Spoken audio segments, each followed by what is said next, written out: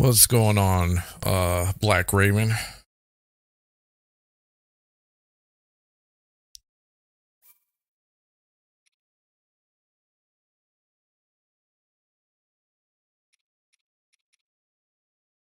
What's going on, Black Raven?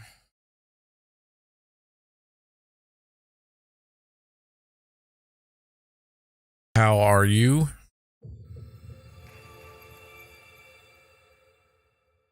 Sound is goose.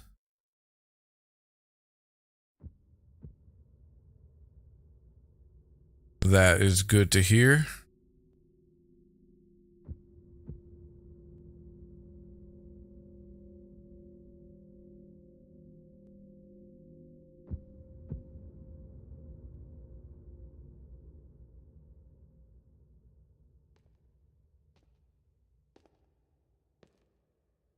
I am doing good.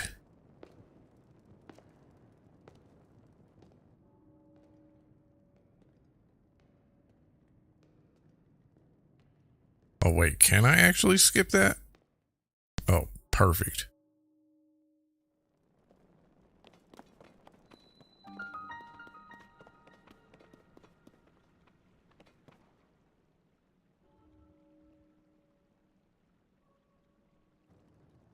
People have been falling ill after coming into contact with the gloom drifting through these caverns.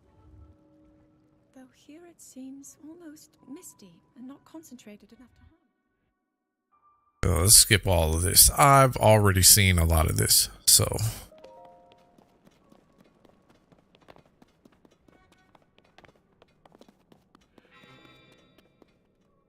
I'm kind of hoping that I don't have to really overwrite a lot of the stuff that I've done in the last playthrough, but it looks like I'm gonna have to.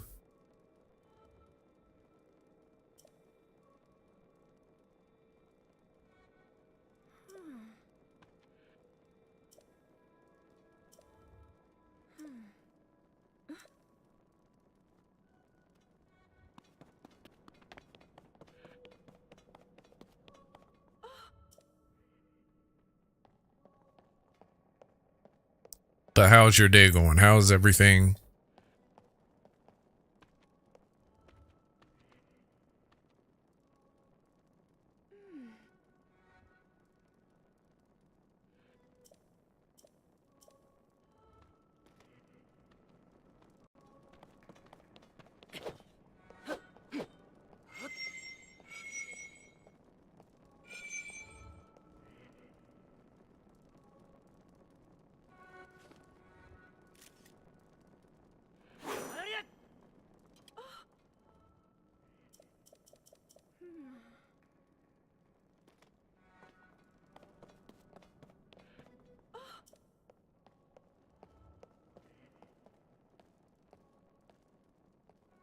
I don't want to spend too much time on here today either, but I know there's a lot going on. There's definitely a lot going on in the space of the games industry.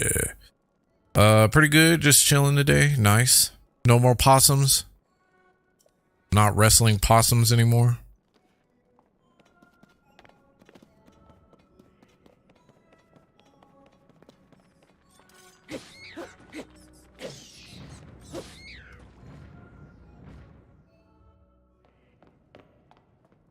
You are not hurt, are you, Link? Well, what are you gonna do if I am? Like, you're not gonna do anything for me. Not yet. Look at these murals. That's great.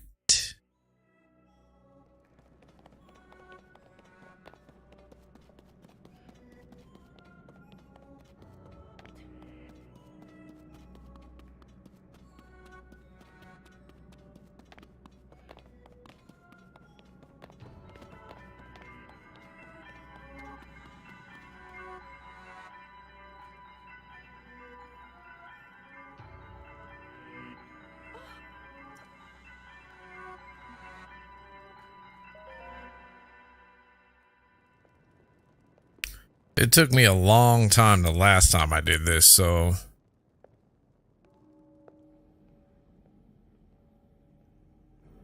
Oh, this is an unskippable one. Gotcha.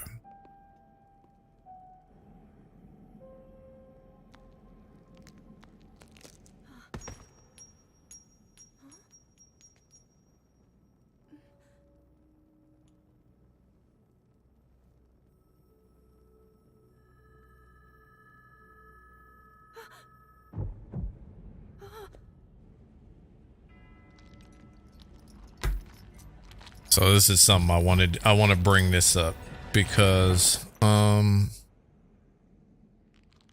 I totally forgot how to do this. I could do it exactly the way I need to. Hold on.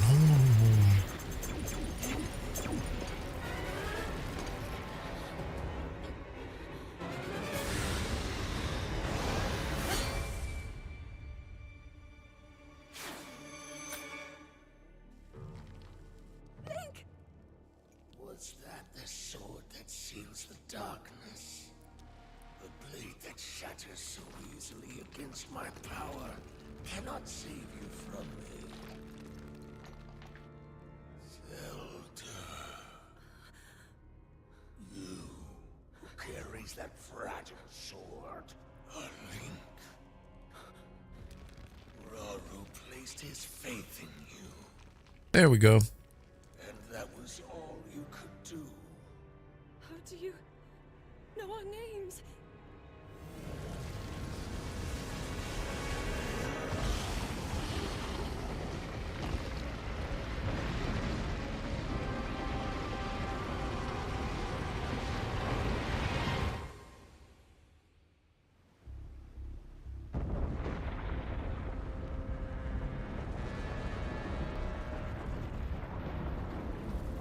Did the poll show up?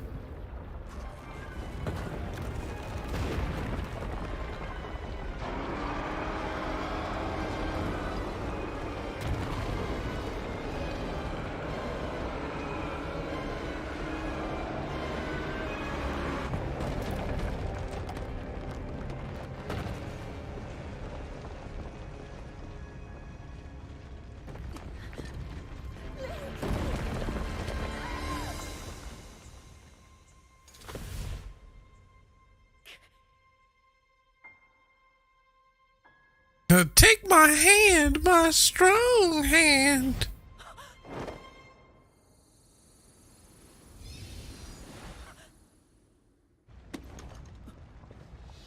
It's blank on the screen again?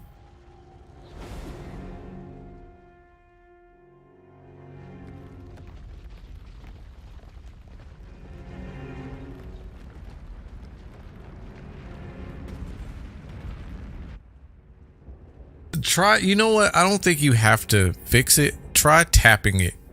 Tap on the to see if there's a poll, or I don't know. Sometimes it'll show up in the chat. I don't know.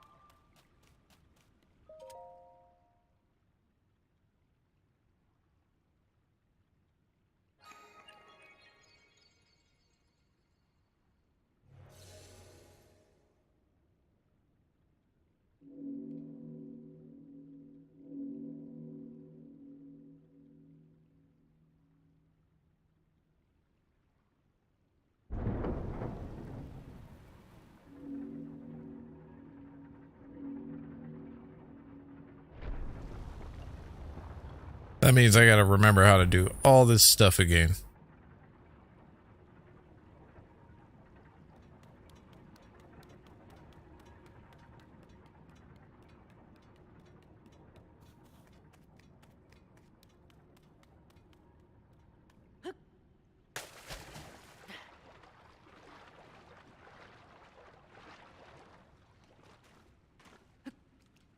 It's yes or no, but I don't know. Try just don't tap on any of the options. Try just tapping on on the pole itself and see what happens.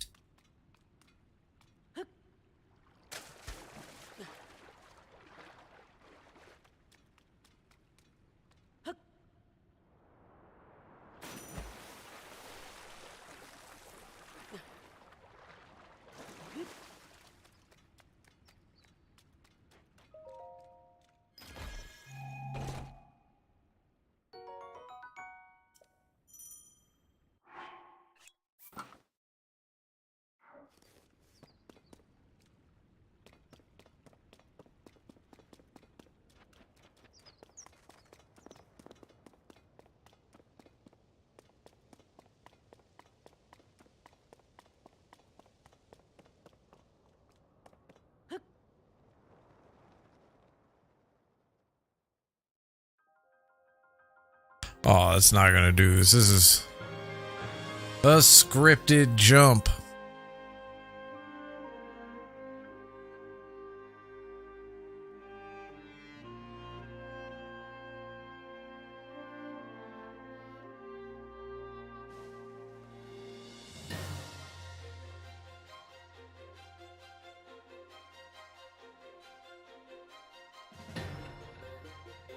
Gotcha. Do you at least see the question?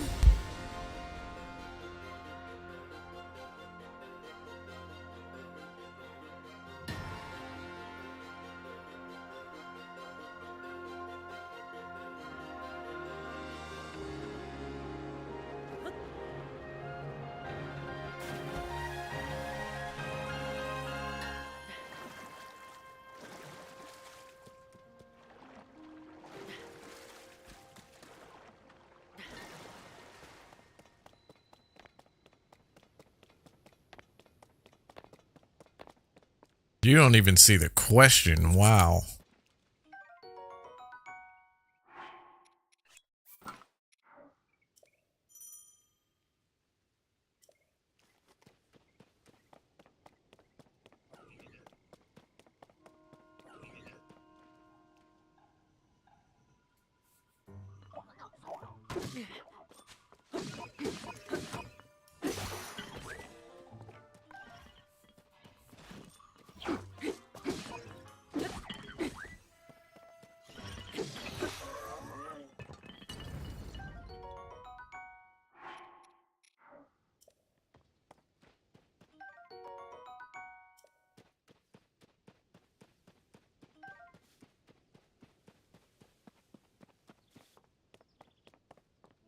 Oh, it's just basically, do we believe the Xbox tax real?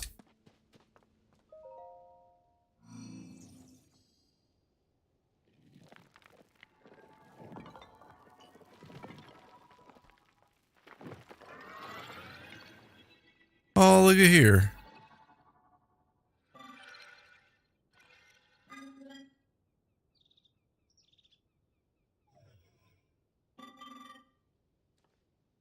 That's all that's in the question.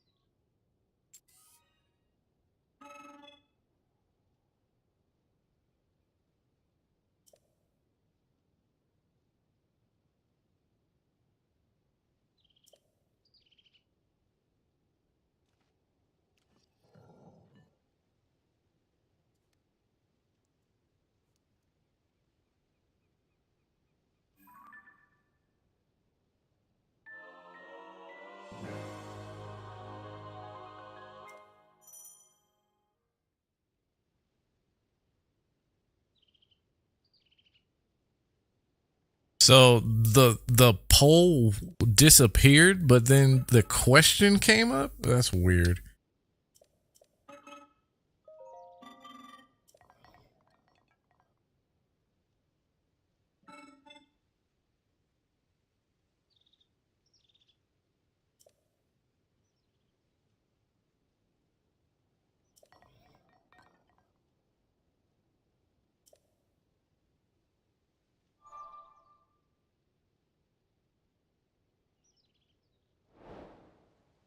Because I can tell you, like, in my chat, it shows up.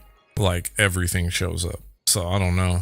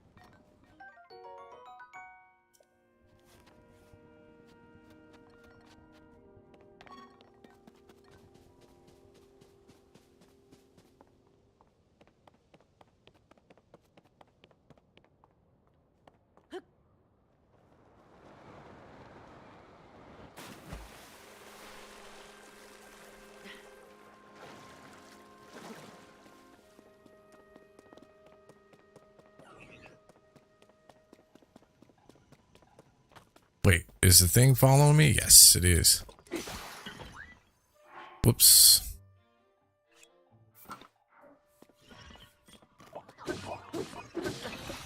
I probably should have dodged, but whatever.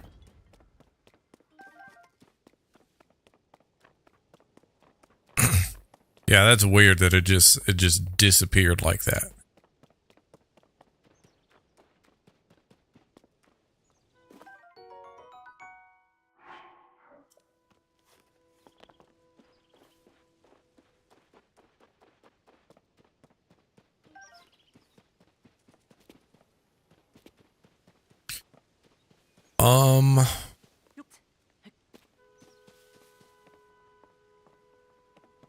There's no pole still. That's weird. That is so weird.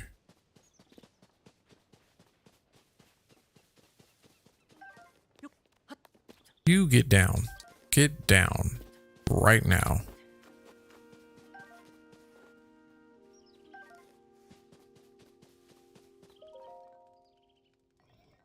So, and I don't know. I mean, I guess...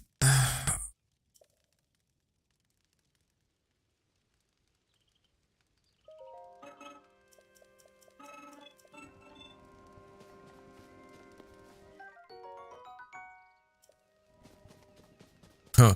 Not that it really does much good, huh?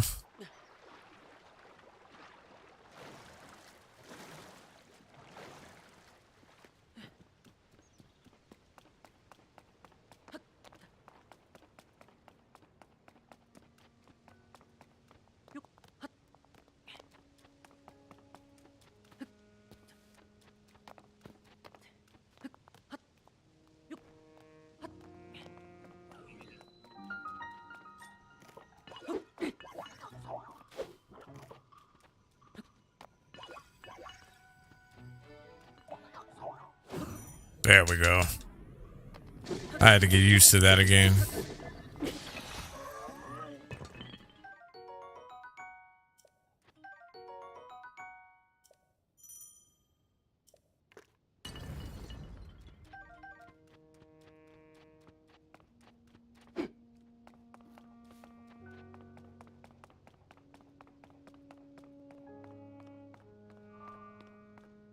Okay, so I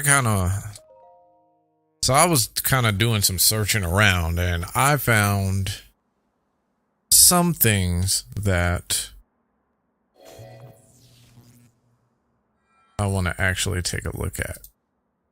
I definitely want to take a look at these things. That door will open only to those with sufficient power. I'm sorry. I did not intend to startle you. It was I that spoke to you earlier. Oh no, don't do that. Don't do that. I am Raru. Can I ask you a question? Hell, you got to ask me, Mr. Stewiggy, the one you got the questions for. Oh, wow.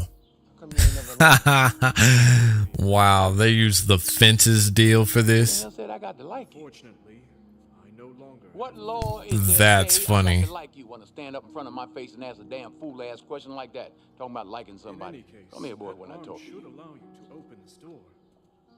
Straighten up, Seems to have goddammit. lost the power to do so. I flex on a nigga like a super swole guy. You come into the squad. What is going on here? But you would need to enter a place filled with sacred You light. guys have for sure seen this word flying around, Xbox tax. Now, what does Xbox tax Why mean? not visit What the does it shrines on this imply? island?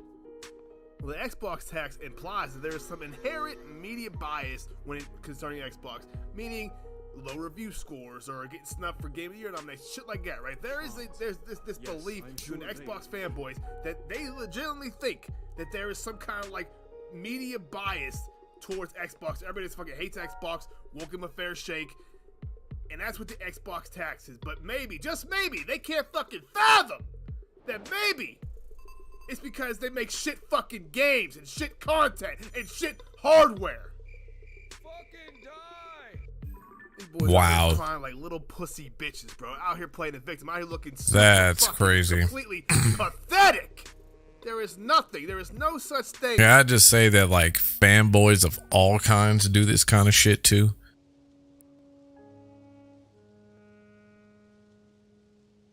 Here, I think I shut it down. I think I just shut it down. Don't worry about it. It's not even worth it. We're not going to act like fanboys of all kinds don't do what this dude was just talking about. As an Xbox tax. An Xbox tax. If fucking anything, the media seems to help Xbox. They pity Xbox. They feel bad for Xbox, which is why you got outlets giving Pentiment a fucking 10 out of 10. Giving games like Grounded a fucking 10 out of 10. Giving Halo a better score than it deserves. Giving Starfield a much better score than it deserves. That's why these reviews for Starfield, Forza, etc. only have 30, 40 fucking reviews 2 months after release, when you got a PlayStation game like Spider-Man that has 80, 90 in the first fucking 2 hours. There is no media Whoops. bias. And the big reason everybody's saying this now is because they feel like Starfield got snubbed at the fucking... No, I definitely think there is some kind of media bias. I think it's impossible to not have a media bias, especially when you are a reviewer. Like, that's the one thing that we forget. Like, and I would say this would probably go for both sides, depending on what game it is. Me personally, I personally do not believe that Starfield or Spider-Man is like the greatest game that's been put out this year, especially with all the hard hitters that we have. I do, however, I do, however, believe that the people that reviewed both of those games had some kind of bias in their review. So with that being said, to say there's no bias is absolutely nuts. We forget that the people reviewing these games are just like us. Like, they just have the job sitting behind the desk reviewing the games. And I just think it's really hard not to have any kind of bias whatsoever whenever you're reviewing something, especially if you're going into a game with heavy expectations. Maybe you played a game that was was developed by the same people that developed the game that's being reviewed, and they enjoyed it that first time. They enjoyed their first games, or maybe their first series of games. It's just impossible to say that nobody ever has a bias. Game Awards. Well, I'll tell you what, they got that part right, because that game is in no way, shape, or form a Game of the Year contender. And the fact you guys think that game should be in there above like a Hogwarts Legacy or Final Fantasy 16 even that didn't even make the cut is fucking baffling. Did you forget that this game is still 30 fucking frames per second on the world's most powerful console? Okay, with that being said, I don't think Spider-Man deserves to be on that. I don't think it deserves to be on that list either. Let's be real. I mean, with all the glitches and stuff that came out on that game, and the fact that they had to go and they had to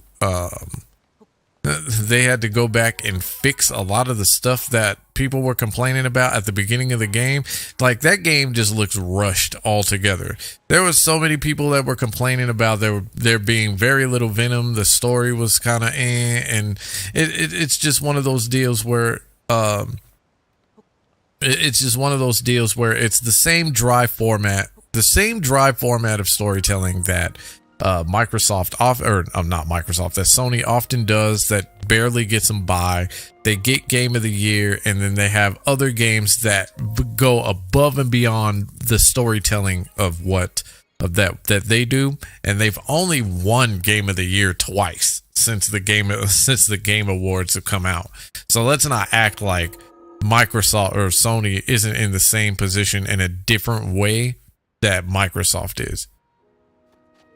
And I'll argue anybody that says like that Final Fantasy 16 deserves to, like, that's nuts to me, because that game is good. It's not Game of the Year good though. There's so many games that could overshadow that could definitely overshadow Final Fantasy 16. If you wanted to make the argument for Hogwarts Legacy, fine. I'm all for that. But not Final Fantasy 16. I'm baffled. The Game Awards has me baffled that they have Diablo 4 in any kind of category whatsoever. On a flagship game, it's 30 FPS, but you think this shit is contender for Game of the Year. Did you think that we forgot how this shit looks graphically and how bad it looks and how glitchy it has? Again, there's the conversation that needs to be had too. Do we actually know what we're talking about when we talk about graphics of any kind? Like, we can't even distinguish the difference between a remaster and a remake in these conversations, which I'm honestly arguing these conversations are probably had for entertainment purposes. But if you can't distinguish that difference, then we don't need to be talking graphically yet. I think we need to get past certain conversations in the industry, which is the difference between a remake and a remaster would be the start. Now, how fucking outdated this engine is. Do you think that anybody played Starfield? And there are games that play at 30 FPS. And if you want to argue this, because here's another game that's Game of the Year, which came out on PC and PlayStation, that runs at 30 FPS at best, is Baldur's Gate. Like, what's the excuse for the PlayStation then on that aspect?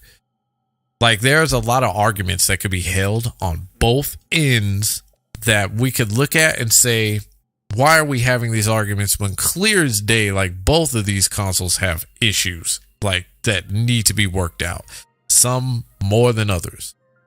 It was waiting for a minute, sometimes a minute and a half, or a goddamn loading screen every fucking room they walk into. Loading screen to get in the ship, to fucking get out of the ship. Do you think anybody experienced Starfield like that and said, yo, this shit is Game of the Year? Get the fuck out of my face and stop kidding yourself. This was never a Game of the Year contender. There are plenty of people that probably enjoyed Starfield. I'm not one of them, unfortunately. With that being said, I think that we can't just dismiss the people that did enjoy them. or even I'll say insult those said people, right? Because it is like this entertainment of any kind is subjective. It's ultimately going to be subjective based off of what you like, and like you can't change that. You can't change it. The only thing that can change a person is the only thing that could change a person's opinion is their own experience with it. Starfield is not there because it simply does not deserve to be there. Of all the plenty of great games that come out this year, it is simple as that. And to imply there's an Xbox tax because this shit ass game didn't get nominated is absolutely absurd. And you guys are searching for ways to validate your feelings and to make yourself feel better. The shit did not deserve to be there. Xbox makes shit low quality games. That's what they've turned into now, and it's y'all's fault that they are that way now. Because anytime they brought out a State of Decay 2, which was shit, low quality, Crackdown 3, Sea of Thieves, Grounded, all this bullshit, Pentiment, all these horseshit games. You guys all said, "Oh, great, Phil, keep it up." We love this shit, Xbox. Keep it coming. Keep it coming with Sea of Thieves DLC expansions. We fucking love it. Keep Halo shitty as fuck, like it's looking like a Fortnite cartoon. Keep on ruining Gears 5 with your microtransactions. Yeah, keep it up, Xbox. We love fucking Gears Tactics. We love Battletoads. We love Bleeding Edge. They even somehow fucking managed to kill Killer Instinct of all things. Killer Instinct was the shit back in the day, and they managed to kill that game. God, y'all suck, man. It is hard to watch. It is hard to watch this shit unfold on my timeline. Everything else, people talking about Xbox tax. It is truly pathetic, man. They keep on telling you, power your dreams. That's Xbox's logo, right? That's their mantra. Power your dreams. Well, keep dreaming of a fucking Game of the Year award. Power that dream. Power that dream of being nominated for a Game of the Year in the past fucking, 15, 20 years. Xbox tax, man. Suck my dick. Y'all are so soft over there, bro. Y'all are just like the most pussy fan base. I can't stand this shit. Maybe they're saying this shit to cater to their fan base. Maybe they're saying this shit, so their followers like, yeah, that's the Xbox tax. You're right. We're being oppressed. We're being held down by the man. It's simply because the games have not been up to snuff, man. They have not been. They've been not even a medium quality. Can I ask a question? When you lose Game of the Year, which last year was supposed to be Sony's like really heavy hitter, and you get mad because Elden Ring wins, then what is the excuse there? I would say fanboys of all kind can be very sensitive, and I think you just take this shit way too serious as far as that goes. But we know if the shoe was on the other foot, that this conversation would be had the other way around. Like, it would be a rant from the other side. It would definitely be a lot more of you coming out to the forefront saying the same things. PlayStation is the greatest place to play because it has exclusives. That seems to be like the only argument that I've ever heard like a PlayStation fanboy come up with. And I've heard Xbox fanboys, especially when it comes to like games like Redfall, and it's just like they're just as pathetic. They're really, really bad arguments. Lately, they are shit, subpar games. And most of the game media, I will agree with that. Like, Xbox is not, I will say that Xbox has not been coming out with great games like in a long time. Like, their heavy hitters don't come out. Like, if we're having problems right now with PlayStation games coming out, right? Imagine that on Xbox's side, probably about 100 times that. Like, they come out with what's supposed to be their heavy hitters, like, every few years. So I don't know. He's not wrong there. The outlets judge them as so and what they are. They most of them felt something that Jeff Keighley said, that they do a poll based off of public opinion, and they just so happen to for the most part they match. I highly doubt it. I think this year we're actually seeing like the chaos and corruption of having so many games come out in a year that because we're so used to not having this many heavy hitting titles as we've had this year, we don't even know what to do with ourselves when it comes to voting, right? You probably broken your wallet. You've probably broken your wallet. You probably have games that you haven't even finished yet because like right after you get the title that you've been anticipating, another one has just come out. It's just been like consistent, like non-stop this year. Like imagine if we had more years of games like that. Like if next year is the same way as this year, right? Imagine that. If it continues from there, then we'll reach a new norm, or we'll probably get back to normal as far as that goes. And then the discussions will probably calm down a lot, but it has been dry for the last decade. It has been dry in this industry for the last decade. As far as like Xbox goes, you get the same. As far as Xbox goes, like good luck getting anything from them. As far as PlayStation goes, like you get the same, you get exclusives, yeah, but you get the same dry storytelling format that they always do, that they seem to get away with a lot until they don't, and then what? Because The Last of Us Part 2 was probably one of the first times I've seen people actually get real, like a majority of people actually get real on a conversation. So like these conversations are just absolutely crazy. So I grab my possum's phone and the poll shows up here with no issues. Oh, so that's only a PlayStation 5. I can't listen to this rant anymore. I didn't know it was going to be like a fanboy rant. I do want to see this though. I think if you were to, I have to talk to you guys about this. I think that if you were to show me a decent amount of evidence that, like, because let's put everything on the stand, right? Let's go to the court of law. Let's say that. Let's say that this is in court. If you were to sit here and say that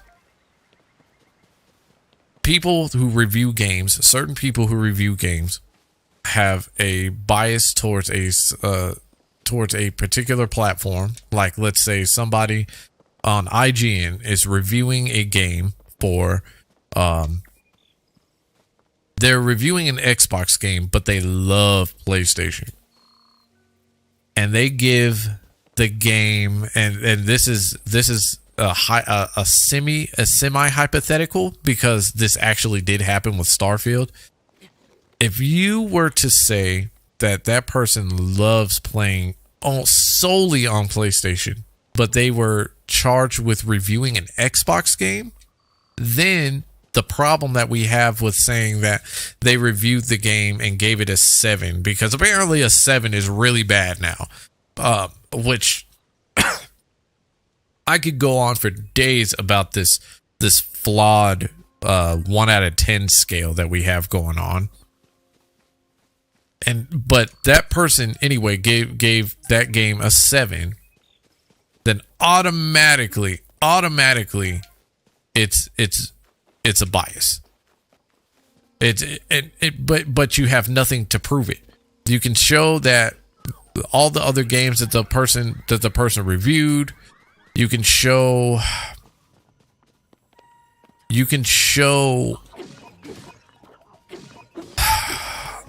that's about really all that you can show, unless there's like heavy video evidence of something. And even then, like it could be admissible, if that's the word I'm looking for, and it wouldn't make a damn bit of difference. On the flip side of that, you could say the same thing with somebody who reviews a PlayStation game, but they love Xbox, right? It would be easy to say that there's a bias. The problem is that I don't know if anybody who can actually sit down and has the patience to actually prove any of this, right? And so then you'll have people that actually work in the industry that'll come out and make a stronger case or attempt to make a stronger case for these publications, right? and they'll say stuff like, "Oh, there isn't a bias. There isn't a group of people that love. There isn't a group of people that only love a specific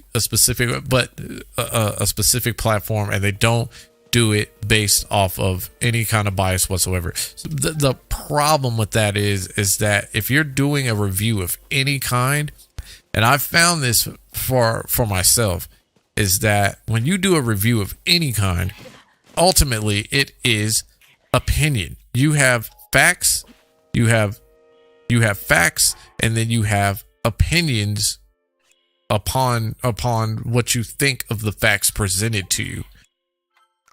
So it's just one of those deals where we're having this conversation of Xbox tax. We have the conversation of whether or not people actually give Xbox a fair shake. My problem with this is that Xbox hasn't really come out with a lot for people to sit there and say, let's give Xbox a fair shake. I think if we have more Xbox games come out consistently, then the conversation changes. I think that if we have more than just 4 titles this year, which is honestly the most that I've seen Xbox come out with in the last decade, in a single year. This is the most I've seen them come out with, right? If we have more games coming from Xbox rather than them just throwing out money, then we have a different conversation on the table. Now we can start to see if whether or not this Xbox tax thing is actually worth looking into, right? It's just difficult to do when Xbox doesn't even have a strong case for themselves when it comes to releasing titles, let alone having because you have to have titles to release in order to have games to review, right? So, I mean, I don't know. There's just a lot of things that I question. Xbox tax trend that I keep seeing people talk about online, because I think it's absolute nonsense.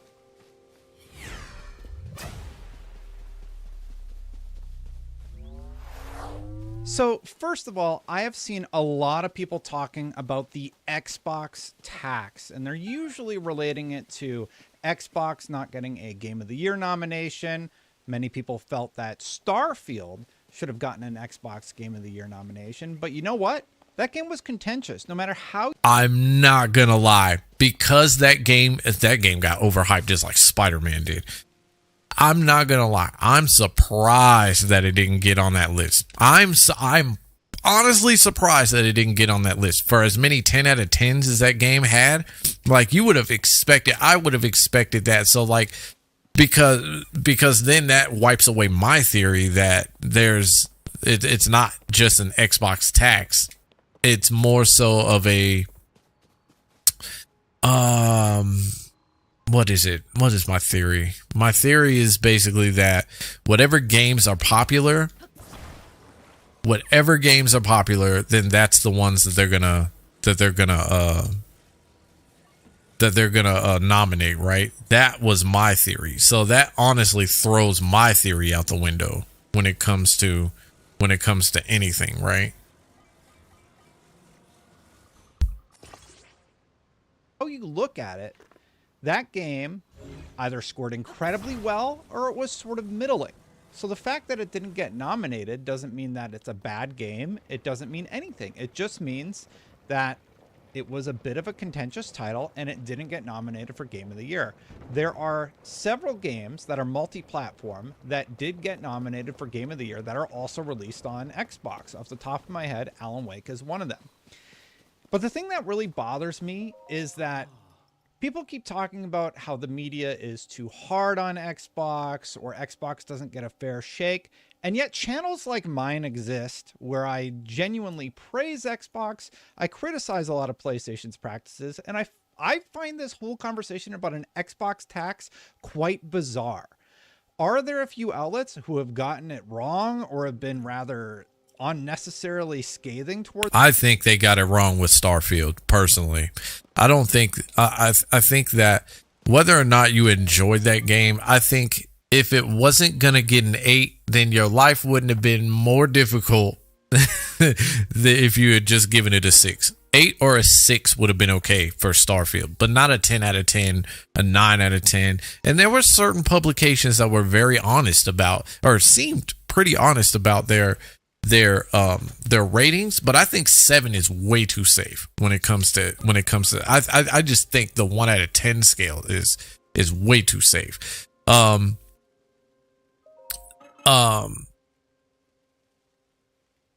getting it wrong though, like let's go into that, because I just said that a lot of publications got it wrong with I believe that, but the truth of the matter is that this is still subjective. It's still subjective. You're gonna enjoy what you're gonna enjoy, and I think that's gonna be the hardest part about making the Xbox tax argument.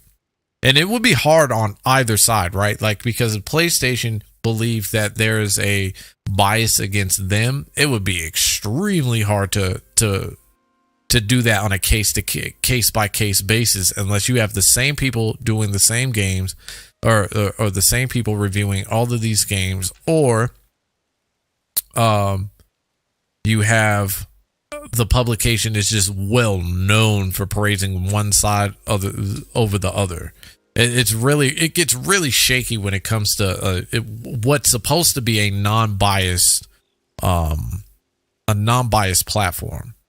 Because if you were like getting reviews from like Xbox, like a publication that was solely for Xbox or solely for PlayStation, then you would expect the bias. You already know, right?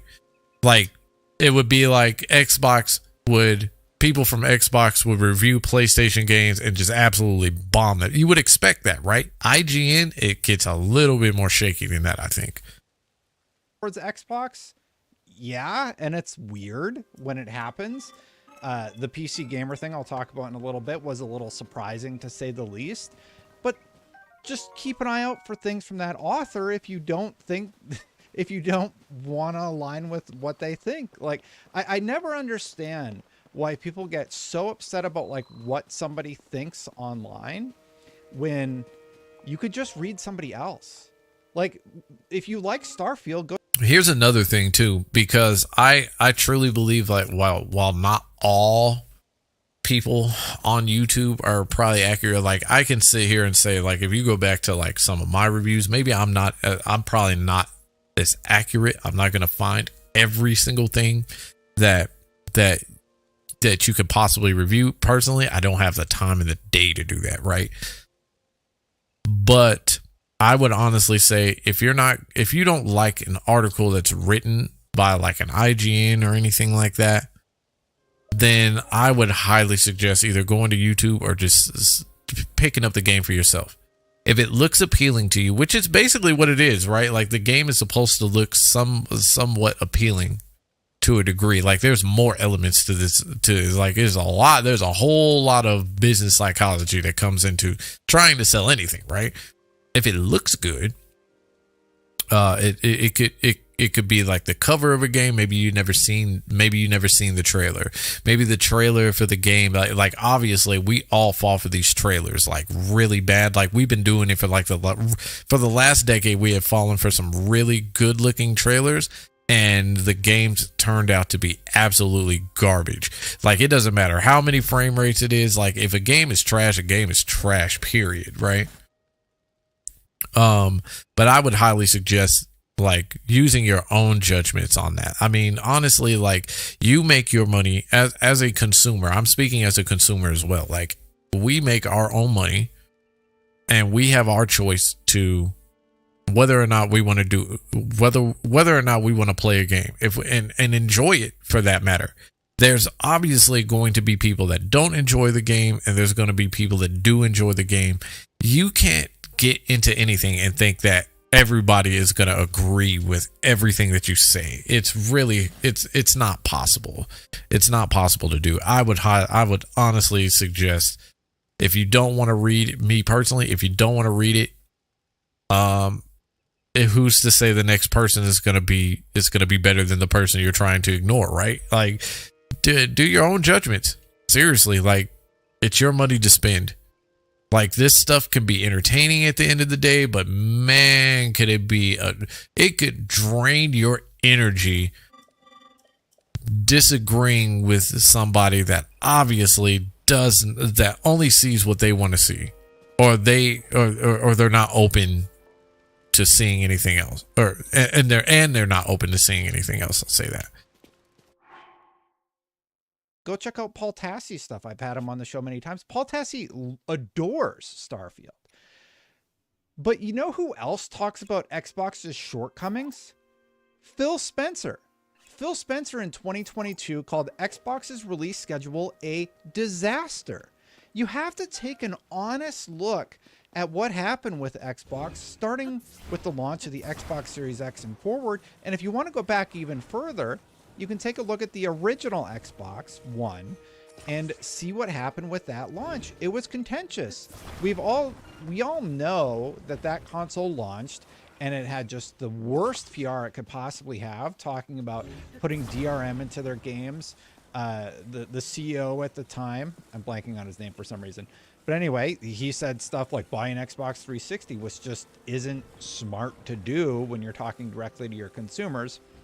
And it's just been sort of a bizarre reaction that I've seen online to this Xbox tax. Look, I love Xbox, but you can love a product and recognize its shortcomings. I love a lot of PlayStation games. I wish more people had thought processes like this. Like, for instance, I love Hideo Kojima's work, right? But Death Stranding was pretty boring. I'm not gonna lie. Like, I might pick it back up. I might play it again, but it was fairly boring. I get where he was kind of trying to go with it. Not only that, but he's coming off of the Metal Gear Solid.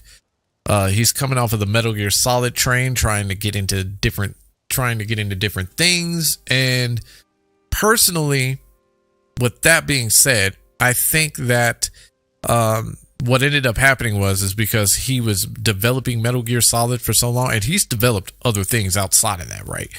I think because he was so used to Metal Gear Solid that it bled into Death Stranding. And I think that's one of the things that I think that's fairly objective to say. And to be objective, even as a fan of his work, he's not always going to get it right. I am looking forward to whatever it is he's doing next. But with that being said, it's things like that. Like, I think it's cool to be fans of things and then look at the things that are faulty. I think it's easy to do that. It's just not enough people do that. I think like fanboys of all kinds can look at something and just see nothing wrong with it. Like nothing, like they'll look at like PlayStation and say like it's the best place to play, and they'll say that it's doing better than, but have you actually done the research and looked at what their actual financial standing is, right? And even as a fanboy, because now we're seeing a lot of PlayStation people see this. I'm seeing this from a lot of PlayStation people, which is like hell freezing over, right? Where it's just like their pricing is just ridiculous at the moment. Like they're charging like extra money for their PlayStation Premium, or the way that they handled the digital market. Like that is crazy. But let's look at why that might be a possibility too. Like, not to play devil's advocate or anything, but we do have to look at the possibilities of what is actually going on behind the scenes. And it just seems like when we put on our fan glasses, like we just gloss over everything that's wrong, whether it be Xbox, PlayStation, any, like Nintendo, like any of that. Like we'll put on our glasses and say, well, nothing's wrong.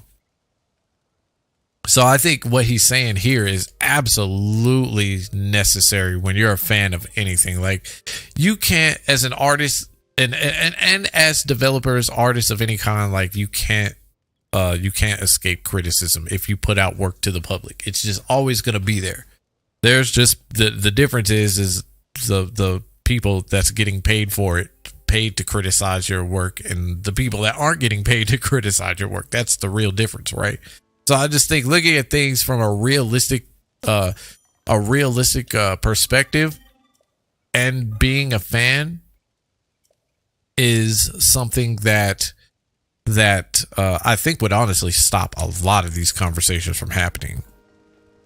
Games also, but I don't. It would also stop people from taking this shit way too serious, because it's not that serious. It's really not that serious.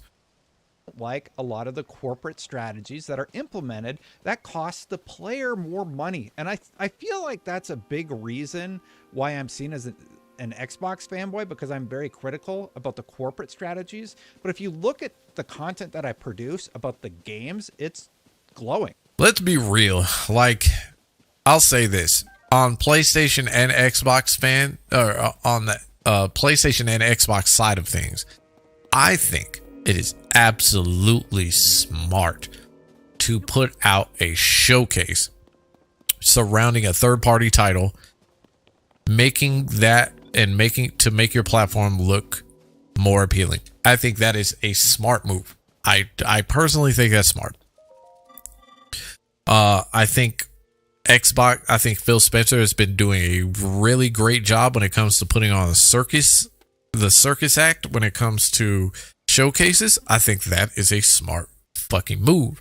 Highlighting all of the what is it, 150 titles that they've said in like all the E3s before E3 shut down. Showcasing all of the studios they purchased. Whether I agree with it or not, it is a smart move to show these things. The issue with these things is that if you don't get to the third party first, it's gonna gravitate. People are probably gonna gravitate towards what they see it on first. Second, you can't showcase something. You cannot highlight any of the things, any of your accomplishments, such as purchasing studios and whatnot, and then expect praise if you do not, or the full praise if you do not produce everything that you're showing. So, I think there's a lot to be criticized on both ends. Like, Jim Ryan should have been out of PlayStation, because the one thing that he has going against it is that he is far out of touch with the gaming community, right? He is way the fuck out of touch with anything that has to do with the gaming space. He's not even on. He's rarely even seen. I don't think he's ever been seen at like a Gamescom or con or anything like that. Like, he's mainly behind the cameras, behind the scenes, interviewing on podcasts and stuff like that. I have never heard of him being on a showroom floor, like, ever. And maybe I'm wrong about that. I'm okay with being wrong about that, but I've never seen it personally. So, all this stuff about like games as a service, like making these moves that he's making is obviously not the smartest choice for PlayStation, especially given the rumors that are out surrounding PlayStation at the moment.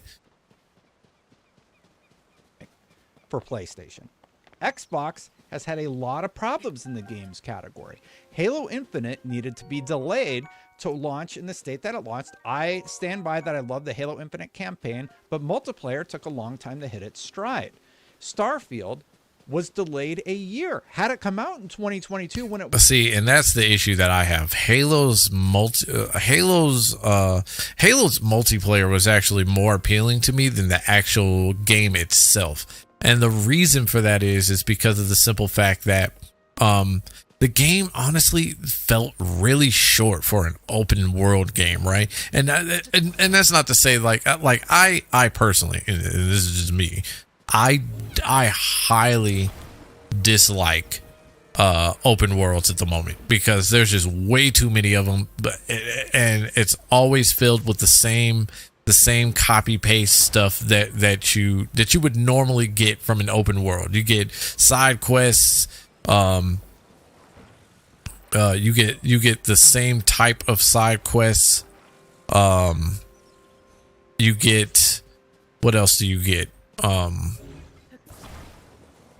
You get the main story, which can be okay from time to time, right? You get the main story. Whoops. And then sometimes like these really long drawn out cutscenes to boot, right? And it's just really old. It's really, really, really old when you look at it in the grand scheme of things. So when you announce that Halo, which has never seen open world ever, and I mean ever before Infinite, and then you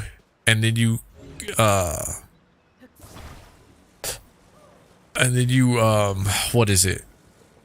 You try to push it out the way that it was pushed out.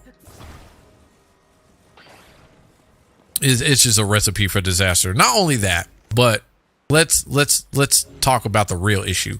That game didn't release as a whole game. Like, you got the main story, and I believe you got the main story, and then you got the multiplayer. I believe the multiplayer came out first, if I'm not mistaken.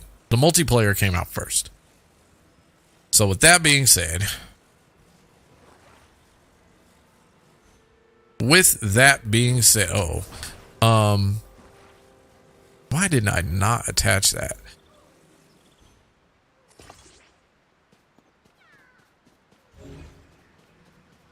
With that being said, like, that was bound to happen for Halo. Everything that was going on, like, you were bound to see such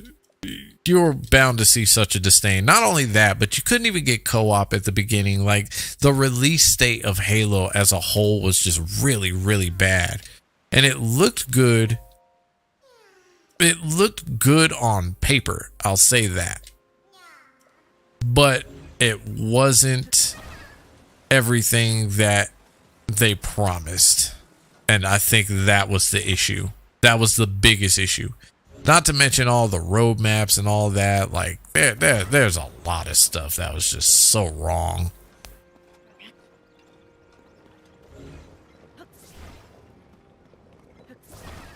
Nope, you get your happy ass back over here right now.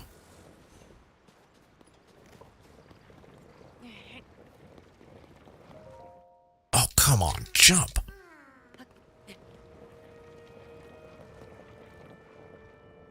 Was supposed to, there is a chance that it would have been nominated for Game of the Year. Granted, Elden Ring also came out that year, so I think we can all agree that Elden Ring likely would have taken it.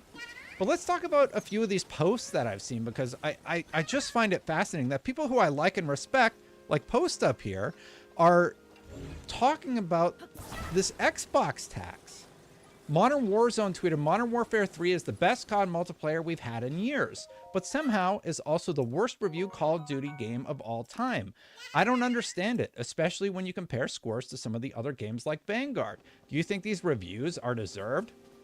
And he also talks about Doug Dagnabbit, who says, genuinely don't understand Call of Duty getting its worst reviews of all time with Modern Warfare 3, especially not the multiplayer. Now, he's correlating the fact that Xbox just closed on the Activision Blizzard deal with it getting poor review scores. That is insane to me. You think that journalists are playing Call of Duty thinking, well, Xbox owns this now, I have to give it a bad score. Like, that's the narrative that people are trying to say is causing the Xbox tax, and that's insanity to me. Here's what I actually think happened. I think Activision Blizzard, who we heard rumors of canceling this particular release of Call of Duty, rushed it out because they have to hit their yearly cadence to get the game out, and it's just subpar to many people who are reviewing the product.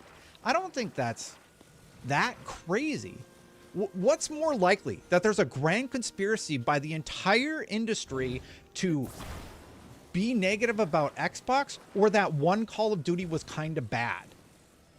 Like, and the multiplayer, for the most part, if it was reviewed separately, was a bit more positive than the campaign. The campaign was quite negative. Even influencers who were paid to play the campaign said it wasn't great. Like, the fact that you think this is like something about it has nothing to do with Xbox. Call of Duty is just a situation that is very convoluted and complicated, and it has nothing to do with the fact that it was purchased by Xbox. And by the way, here's the tweet from Doug Dagnabbit. He runs Modern Warzone. So Doug has a vested interest in Call of Duty doing well because he runs the main outlet that covers Call of Duty.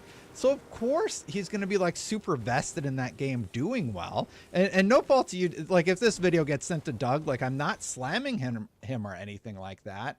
But like, you have one source post, it's Doug, and then you source probably the tweet that he made.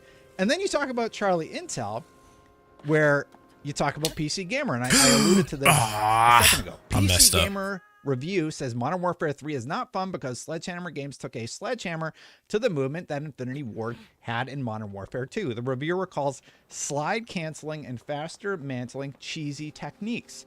Now, I will say this. I think it's totally fine to question and critique reviews and how they're written. I think that's fine. But to say that the way that's written is anything to do with Xbox, it's insane to me. It's absolutely insane to me. And I just had to say this because, like, I see people I like talking about this stuff. I'm like, what are you doing? That's not a thing. By the way, if you like my channel, hit that subscribe button, hit that bell. I don't think I'm, as an Xbox-centric channel, denying the Xbox tax. I don't think I'm going to make a lot of friends with this one, but I had to say it. Continuing on, Microsoft celebrates its this criticism I agree with. I think that this is phrased in a very strange way. Microsoft celebrates its conquest of Activision and the triumph of capitalism with a montage video that mashes up Modern Warfare, Halo, Diablo, Starfield, and more. Now, I have to imagine that this writer does not like capitalism, and the fact that they're talking about it like a conquest, every employee wanted this to happen. Every employee who has stock is going to make a ton of money. Most of these bigger companies offer an employee stock purchase program, so everybody profited handsomely from this.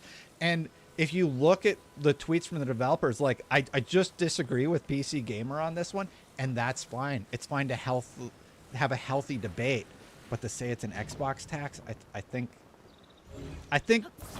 that's a little much. Now, Ham Solo also bringing up Call of Duty. Ham in post, like, I really like you guys, but I think you're just way off with this one. Modern Warfare 3 is stuck paying deference to a past that it seems to barely understand. Our review, 2 out of 5. Clickbait versus reality. Now, he links to the marketing material from Call of Duty talking about thank you and how well the game did. Thank you. More hours per player overall. Modern War MWZ is the most engaging third mode in history. Campaign players putting in more time per player.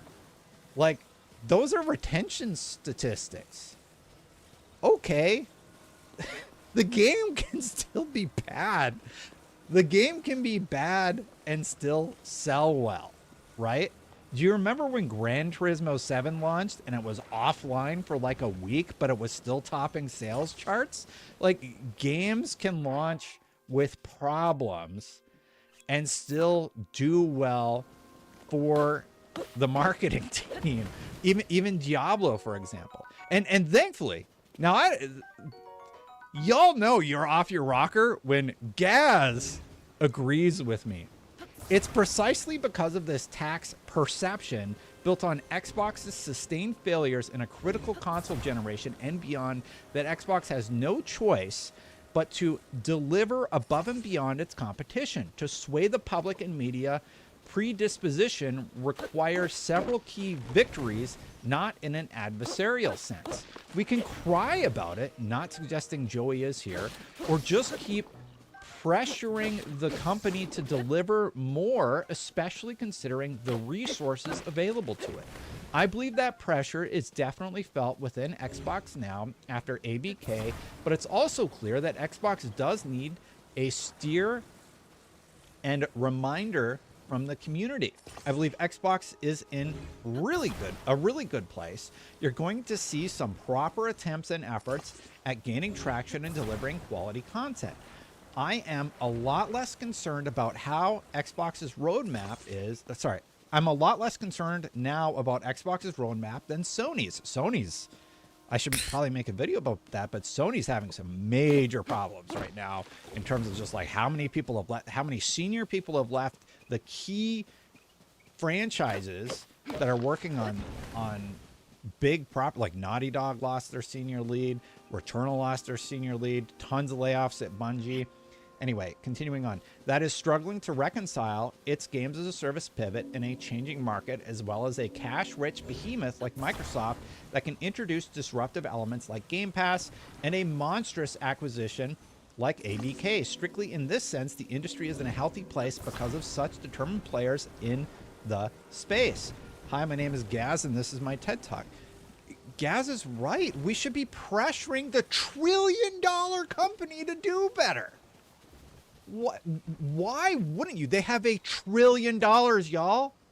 They don't need you to jump up and defend them every time things get a little spicy, like when a Call of Duty releases and it's sort of whatever. A lot of people do not like the new Call of Duty. Influencers who are paid to play it say, yeah, that campaign was kind of mid. Maybe people disagree about the multiplayer. I don't play Call of Duty. I don't care about this Call of Duty release. But the fact that it's bad isn't insane to me, especially when Schreier, like a year ago, revealed that they were talking about canceling it. Like, if they're internally having discussions about canceling it, maybe something's wrong. Now, I don't know if audio's turned on here, but there is a little clip I'm going to try and play here. I'm not getting desktop audio. Let me set it up really quick. Let's see. What am I outputting to? No audio. Let me try and get this set up. Sorry. It's just my son's going crazy. I don't know what's going on, but basically, for some reason, I can't output audio. Oh, is it just because it's muted and I'm dumb? Yeah. All right, let's listen to this clip. I think you're not getting the credit you deserve this generation. We never will. Yeah. We never will. Yeah. You know, we've seen this. It's like we know that there's a different yardstick for the different developers. It's like we know that there's a different yardstick for the different developers. Right. You know, the Nintendo guys are great. I've got my Switch right here in case I want to play Fortnite. Yep. So, I mean, those guys are great. I talked to Reggie the other day. The guys over at PlayStation, they're executing. They've had tremendous success this time around. But, it's funny. With us, I think it's maybe because, I don't know. So I think people like, oh, I hate Windows because I have to use it at work, or I'm doing email, or I don't want to do this PowerPoint for work. So I don't know if some of that anxiety and whatnot drifts over to Xbox. But, we just want to do the best we can for gamers. Okay, so that's from Kinda Funny, and that's from 2018. Joey says, and I just want to discuss for a second. Joey says, I know this whole Xbox tax is people not believing Xbox has a different set of rules applied to them. Well, I finally found the interview with Major Nelson back in 2018 admitting that they do and know Xbox has a different measuring stick today. It has a verb, tax. If the fact that Xbox doesn't have a ton of AAA games at this time period isn't a tax, it's a reality. And we should be pressuring them to have more high-profile AAA releases. Agreed. I think they had like Gears 5 around 2018 off the top of my head. And then 2000... So Gears 5 came out around 2020, I believe. So yeah, that is like the only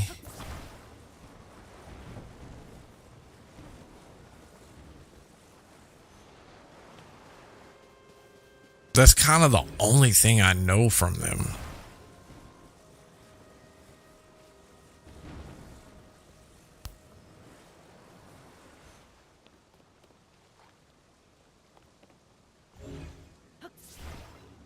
play this video again. Hold on. I gotta make sure.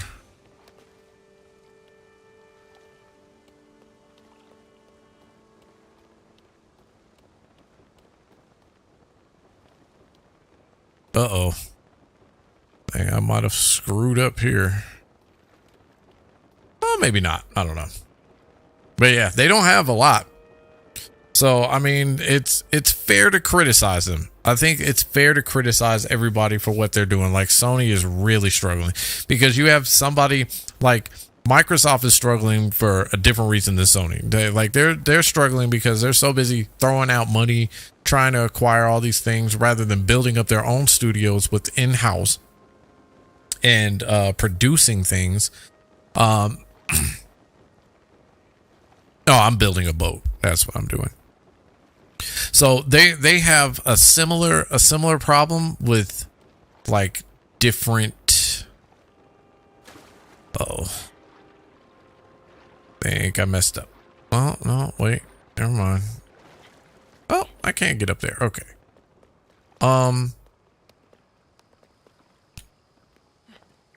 They have the issue of. They have the issue of they're buying things. Microsoft is the issue of they're buying things, but they're not producing anything. And so they've been on this like financial high horse because they're a $1 trillion company that can basically purchase the world at this point with whatever it is that whenever they so choose. And so they do it. They have these $1 billion budgets. They have all of these subscription services that they have on the side to make that kind of money too. Like, gaming is not their big cash cow.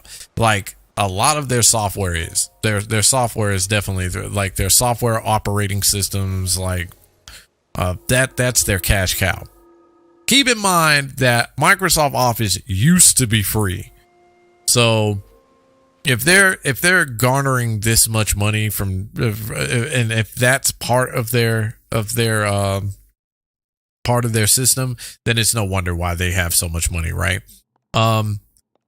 The good things about Microsoft is that they definitely can read the room to a degree to see where things are going to be technologically within the next like 2, 3, 4 years, so on and so forth, right? So they've actually been planting seeds to get to that point, but they haven't been creating the content that holds the engagement that they need for when things start to sprout. PlayStation, on the other hand, especially with Jim Ryan at the helm, they can't read a room to save their lives. They've thought that staying in the same place that they've been because it's been successful for them is going to last forever. And the problem with that is that while they've been trying to move forward in kind of their own way, Nintendo and Microsoft have really been pushing the boundaries with what you can actually do as far as like as far as online interactions, as far as what technology is going to look like for them.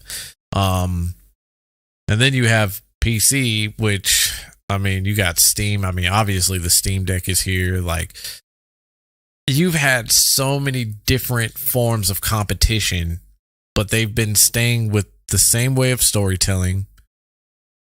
Not much has changed about their controller, to be honest. I mean, you can add the little touchpad and everything like that, and the sensitive, the triggers and whatnot. It doesn't change a lot. Even their operating system, while I can say that it's definitely better than PlayStation 4's, there's still some things in question. There's a lot of things about Sony that looks good, but then on top of that, you have you honestly have to do a lot with certain things. Like, just to be able to stream alone, you have to go into your settings and change one specific thing. With PlayStation Portal, I hear you have to go in and do your network settings, and then you have to change your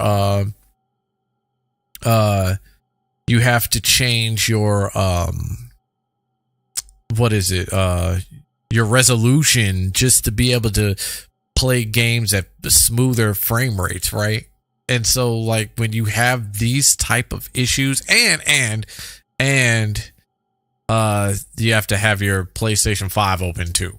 So with that being said, there's a lot of archaic ways that they do things while still trying to move forward, and I think it's really hurting them. I think if they had moved with the way that the PS Vita was, I think they would be in a much better situation in today, because the PS Vita was probably one of the greatest handhelds of all time.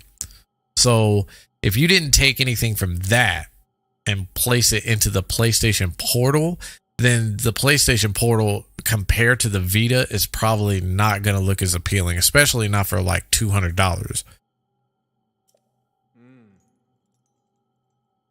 I hate that they charge for Microsoft Office products. I mean, that's just the space that we're in. I'd have to look into this, because I don't just want to just spout off things that are inaccurate. I would like to say that they had a hand in the digital space. I would love to say that they had a hand in the digital space. Oh, crap. I just messed up.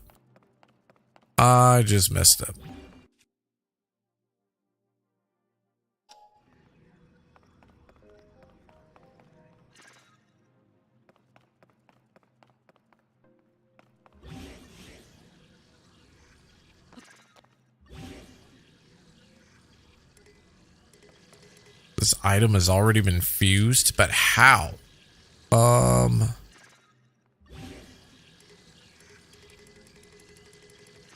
Crap. I wonder if I exit if another rusty sword will appear. I'm not sure. But yeah, I want to say they had a hand in the digital era, but I could very well be wrong about that. So I want to be very careful in saying that. But I think that they knew that it was moving. A lot of things were moving into the subscription service, especially like when you look at like Netflix. You look at Redbox first, then you look at Netflix. You look at the way that you could rent games online. I mean, because you had that. There's a lot that I could look at as far as that. And I think they saw that and said, you know what?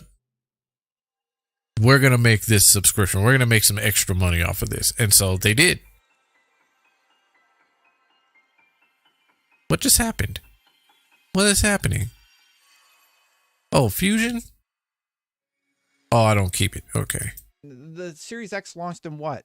2020? So they had about a year where it was a very light release cadence. And the reason I bring up the Phil Spencer email is because even Phil Spencer calls the 2022 release schedule a disaster, because in 2021, it felt like they were hitting their stride. Brap points out, yeah, there's an Xbox tax. Forza Horizon 5 got a 10. It was celebrated industry-wide. I think it won Racing Game of the Year that year.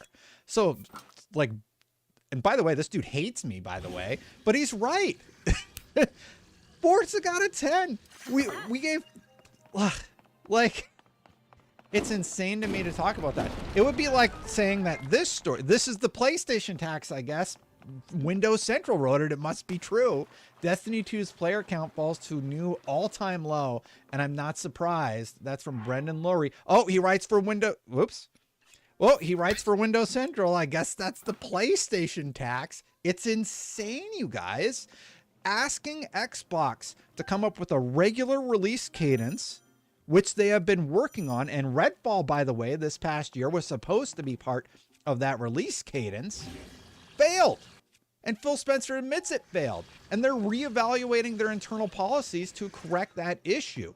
We should be hard on Xbox when they make mistakes. Look, Starfield wasn't for everybody. That doesn't make it a bad game. That doesn't mean there's an Xbox tax. It just means it was a contentious release, largely due to some of the mission structure based on what I've read, a feeling of grindiness and repetitiveness, And sort of like the illusion is broken because the way that they built the interplanetary systems didn't work for everybody. But for some people, it was great. Now, Chris Dring also talked about how this is real. Like, console sales were up 33% across tracked European markets year on year. This was entirely due to PlayStation 5. You want to know my theory on that? Here's my actual theory on that. I think, and I could very well be spitballing here when it comes to this, but I honestly think that Microsoft and Xbox and PlayStation saw what the third-party market looked like, and they decided that they had to rush their games to get out. That's what I honestly think happened.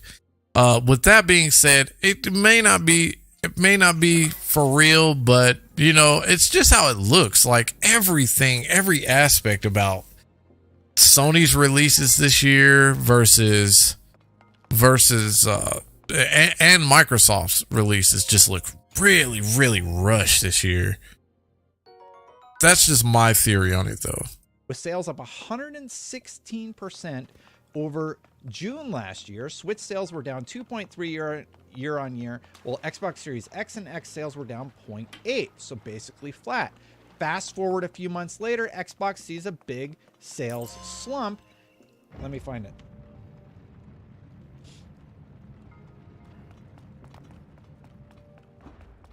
Number Switch is number 2 despite a 20% drop in sales compared with last October, while Xbox Series X and S sales continue to struggle in Europe, down 52% year on year. These are struggles that Xbox has to figure out, but I will say that Microsoft's strategy is not about the console. When I see people touting Xbox's console difficulties as some sort of weird victory for whatever reason, it's not true, because their strategy isn't about the console. Even Sony, who is selling their console like crazy, is firing tons of people because that's not the future. However, Chris String also pointed out Xbox hasn't had the best year so far in terms of raw hardware sales across Europe, but the most effective way for it to reach European players is via mobile and PC, and in that regard, it's making real headway. Xbox has a different playbook at play, and Chris Dring, who I imagine got a lot of flack for talking about how console sales were down year over year because everybody likes to pile on Chris whenever he's critical about Xbox. Gosh damn. Also realizes that, hey, that's not really their strategy now, is it? And I think we all know that, right? I just want people to think about this whole Xbox tax thing, and it's not real. There are things that happen online. Seriously, be critical of anything you're a fan of. Seriously, be critical of it. It's your money. If you're a fan of something and you want to see something do well, you should have the right to be critical about it. And that's a lot of why I have issues with the Xbox tax myself, because when you start talking about what they've done in the last year, like what have they actually produced in the last year that would garner a tax? Or I'm sorry, in the last few years that would garner an Xbox tax. Nobody's like going out of their way to dunk on Xbox. That's insane. There's no grand conspiracy against Xbox. Xbox needs to win over players. PlayStation has spent, since the PlayStation 4 through the PlayStation 5, all of that time with better marketing. They did some cutthroat stuff behind the scenes to get more players, like having those Call of Duty exclusives. And you know what Microsoft did in response? They bought Bethesda and they bought Activision. We are at the time when Xbox has an opportunity to sway the consumer base back to their platform. And when internal emails are alluding to the fact that Xbox will no longer exist if they don't make that pendulum swing back in their direction, I don't think that's a media bias or anything like that making Microsoft make that decision. Microsoft recognizes that they have work to do and they're putting in the work. That is great. And I think being critical about their missteps, like that Call of Duty, it ain't it. And if you're using that Call of Duty entry to use as some sort of defense, or even Starfield, that's crazy too, because all of that happened in a span of like a couple of weeks, right? Microsoft successfully purchases they successfully purchase ABK.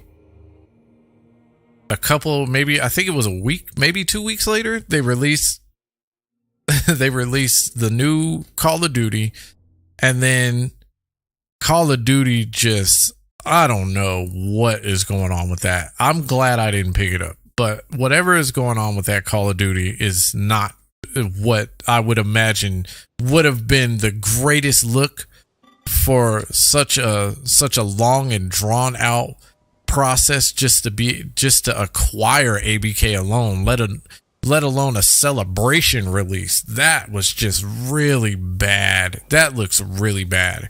It's just crazy to think about though, like how that release happened right after you just acquired. Like that would have been the time for Activision to talk with Phil and say, hey, look, we should probably just push this game off until next year. And I think that honestly, the yearly Call of Duties it's just getting really old, and it's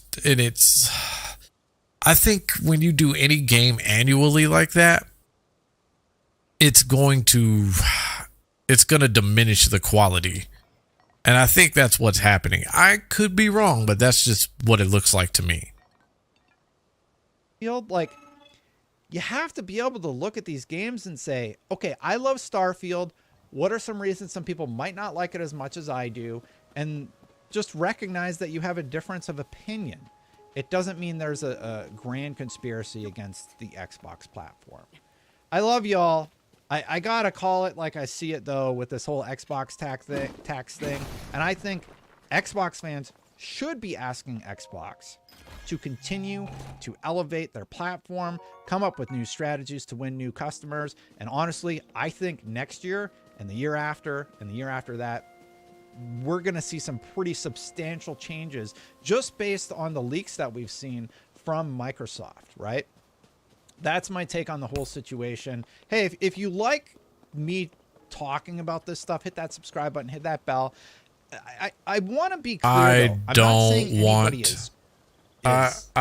don't ever want to sit here and speculate on anything that Microsoft has going on at the moment, or Sony for that moment, or for that matter. I definitely do not want to do that, just because like it's too easy to speculate and it's too easy to be let down at the same time. So whatever happens just happens is what I say. That's just me personally. Whatever happens. Let's see what else we got. We've done the which one is this one? I want to see this. Xbox. Hold on. Xbox tax exposed. Game journalists are biased. Of course, this is in questions and exclamation points. So I want to see what he has to say. This is, oh no, it's Alex. Let's see. Children of all ages today, we're going to talk about the Xbox tax and whether or not it's actually a real thing. Buckle up. It's going to be a wild ride. So why did this video get spurred on in the first place for me to make? Well, it turns out that Destin Legary of IGN and also Destin's YouTube page decided to make a video about the Xbox tax, and let's see how it didn't go so well.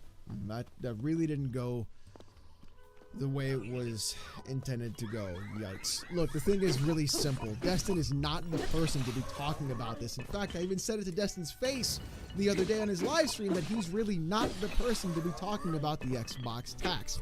Mostly because he does in fact work for a major multimedia outlet like IGN. And anyone looking at that could say, well, there could be a conflict of interest between Destin's opinions and where he works because they pay him to actually understand why people are upset about this Xbox tax happening on the internet.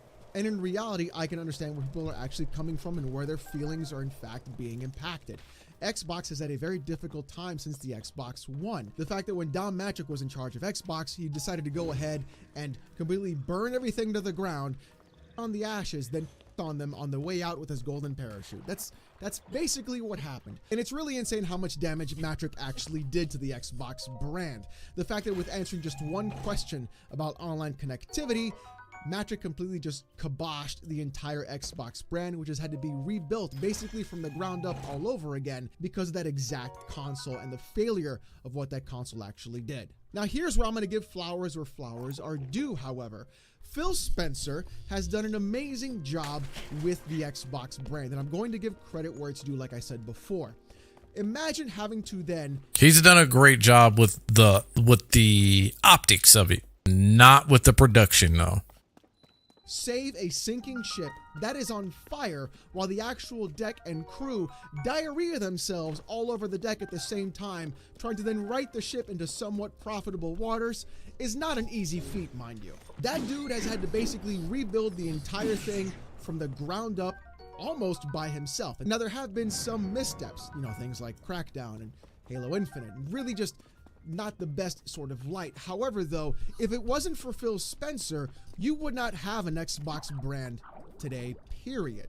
And I think people don't understand how close they were to actually losing Xbox in general as a competitor in the console market if it wasn't for Phil Spencer himself. Now, with all of that being said, we've had some contentious topics happen over the weekend and over the holiday. Things like Starfield not being nominated for Game of the Year, even though it was a very hyped up game on the Xbox fan base.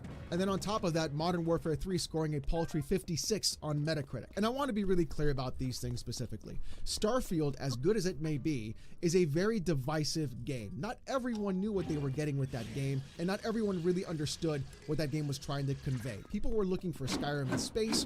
Instead, they got Fallout 4 with Factorio thrown in the mix, and, you know, some contentious things about loading screens. And really, that did split a lot of the reviewer base on what that game should actually be. It didn't just win everyone over completely, unlike games like Spider-Man have done. That's not to say that Starfield is a bad game or that Spider-Man is a good game. That's more to say about the actual journalists and gaming industry and gaming media and what kind of games they like to actually play. And you see, that's really my entire argument with this Xbox tax thing. I do not believe there's an actual Xbox tax. What I believe is the fact that the media itself and gaming journalists themselves are complete morons, and they're ignorant because you can't spell it.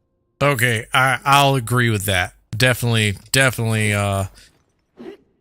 they definitely seem out of touch. And they're only, like, because I said earlier that, you know, games journalists, they play from a scope of what they enjoy. Maybe there's somewhat bias and it's just impossible to escape. But man, are they out of touch with a lot of things. And so that doesn't help them with how they look when it comes to, when it comes to when they review games. Truth of the matter is that, like I said, nobody is going to catch every single aspect. I know I certainly have not. But when you look at the scope of how your publication looks and how you're making them look as a reviewer, that tells me that and the public actually comes out and says something about it. That tells me that this is where the ignorance plays in. Or I will say, maybe it's not so much ignorance, but maybe this part isn't so much ignorance. It's more so arrogance to sit here and say, well, I reviewed the game, I get paid to do it. That's what it looks like at certain times. They are really, really, really bad at what's hot, looking at what's actually hot, setting aside their own feelings from the facts. And, well, public opinion is fact too. So when you look at what the public receives as good versus what you receive as good, it's just really, it gets really stupid. So I kind of agree with them on that one, that they are really ignorant, really stupid when it comes to how they review games. And I change that stupid 1 to 10 scale. Please change that. Ignorant without IGN. And I think that's really the big key factor in all of this. The gaming media itself truly does not respect their readers or their actual people that go to their website. They merely are there just to garner clicks from your hate views and then gain revenue that way. They found out it's entertainment. What is happening? It's entertainment at the end of the day. I think with this era, with this digital era, with YouTube hit, I think when YouTubers started doing reviews, I think they lost it. I mean, if you remember, what is his name? Philip Mewson? Like, he is a great example of this, right? I could say this from typing up stuff. It is not easy to sit here and type up a lot of it's not easy to sit here and type up a review at all. It sucks trying to do that sometimes, because there's this thing called writer's block that happens from time to time. Relevance is another key aspect in the writing. Like, is what you're writing relevant not only to the public, but is it relevant to what you have actually discovered, and have you discovered everything that you possibly can to add relevancy to your writing, if that makes sense. I know I'm just rambling right now. I think when YouTubers started doing their own reviews and pushing them out, I think IGN writers they realized they had a long day ahead of them. So they had to bring out anything and everything possible to write about when it comes to gaming or anything entertainment. To be honest, like that's just what happened. Like I bring up Philip Mewson because, like, if you don't remember, that whole story was that Philip Mewson went on YouTube, found not just one. I think it was Boomstick Gaming.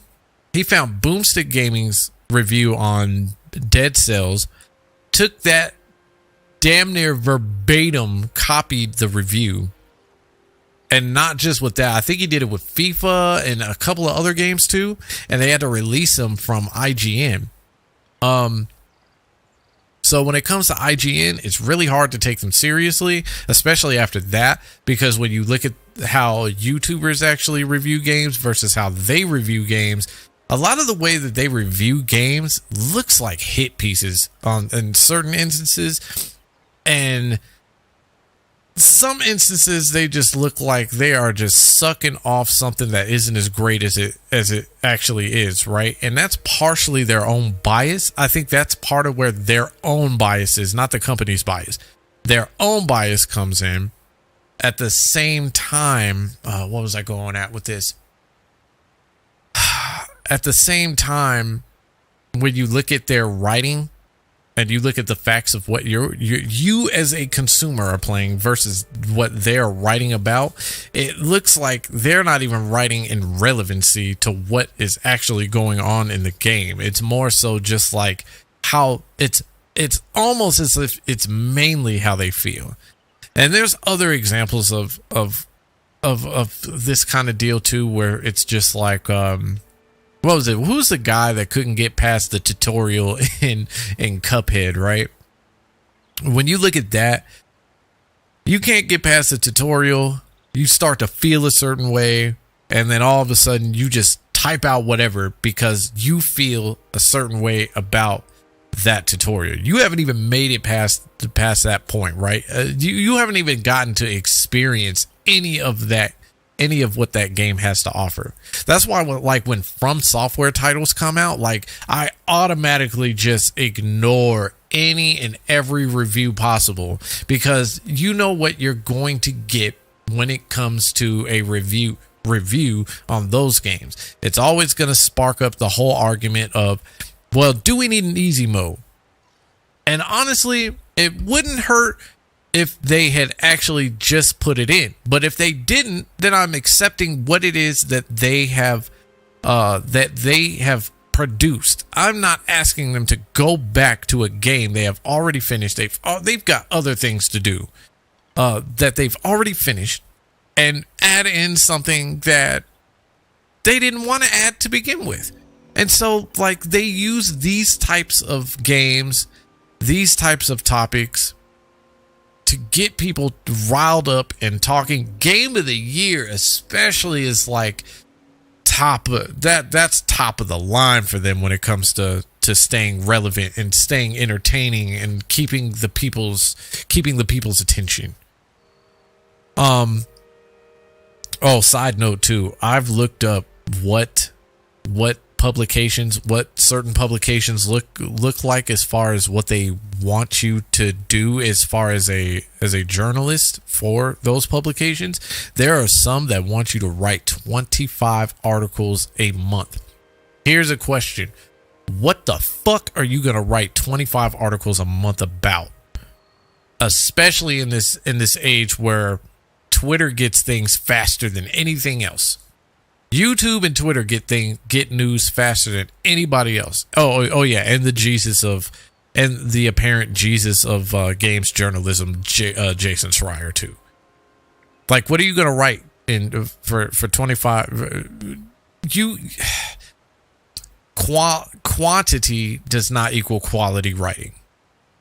Like, there's a lot of shortcomings when it comes to that. That's just like a side note, and kind of a side note, but also a little bit of an example of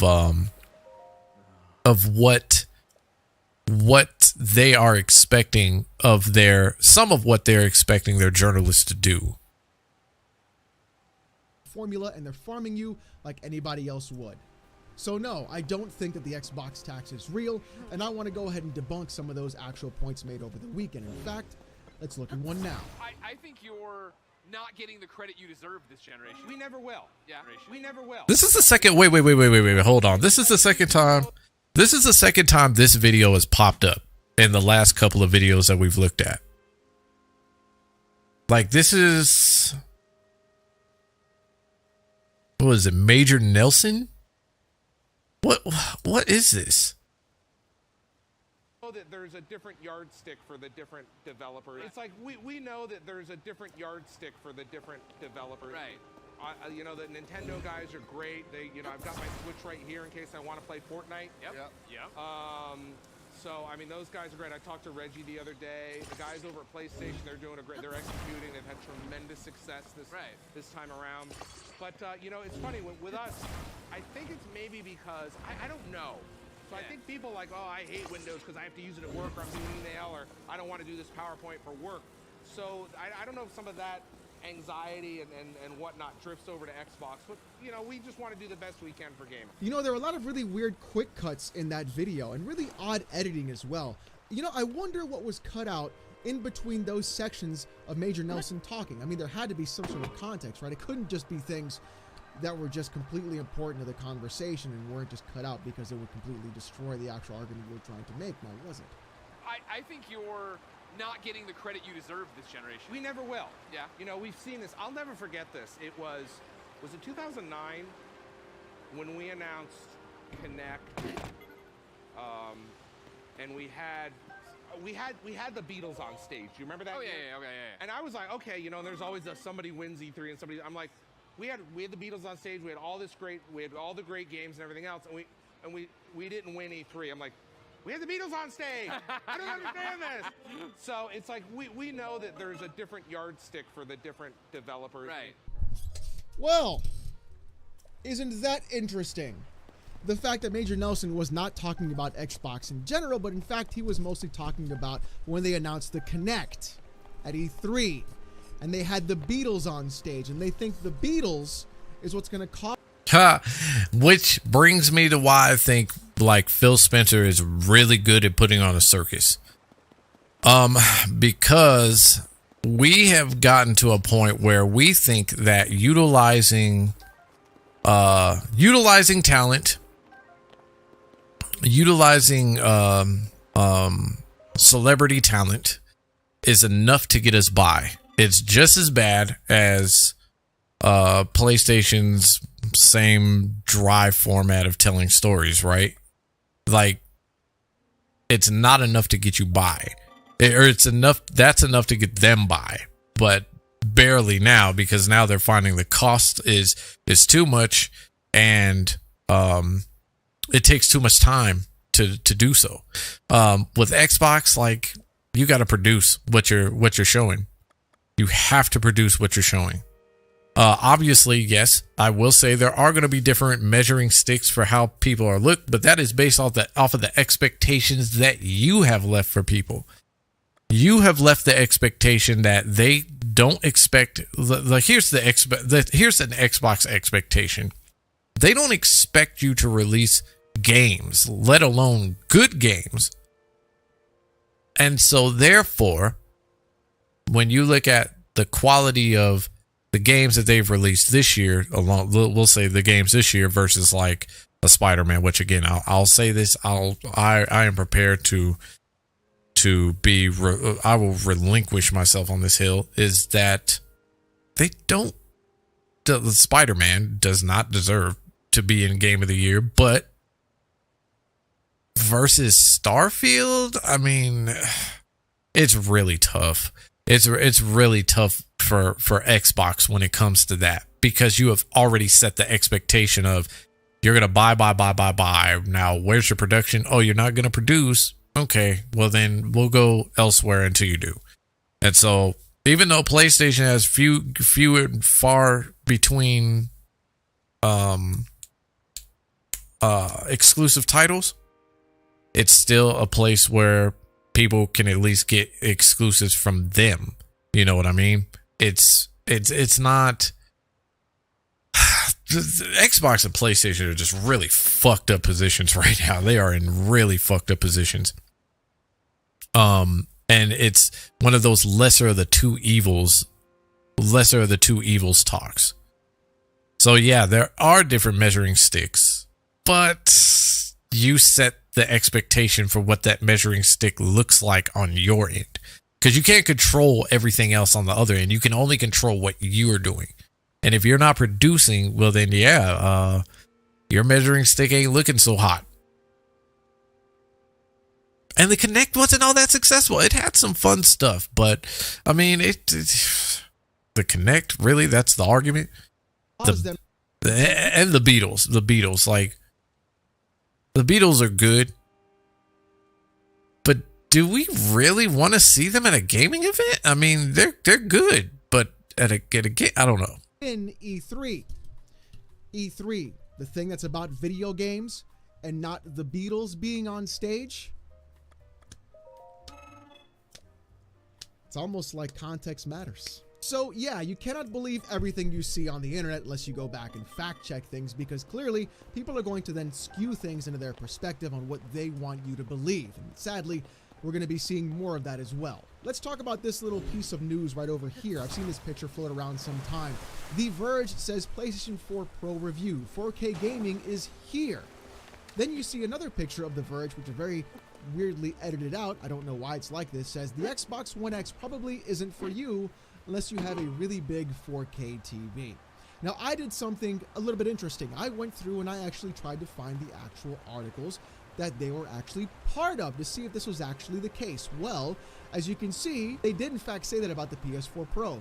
4K gaming is here for $399. Is it too good to be true? And this article was written by Paul Miller, which is going to be very interesting as well. This is also a direct review of the console. So did I find the other article as well from The Verge? I in fact did find that article. Now this is the interesting part about this, and this is where things are going to get a little bit crazy and a little bit hazy in the mud for some people. The Xbox One X probably isn't for you is written by Bam Byford. The interesting part about this is that this is not a review of the Xbox One X. This is an actual opinion piece by Bam Byford that he then played the Xbox One X at Gamescom and decided to write this opinion article about the Xbox One X and what he personally thought about this console.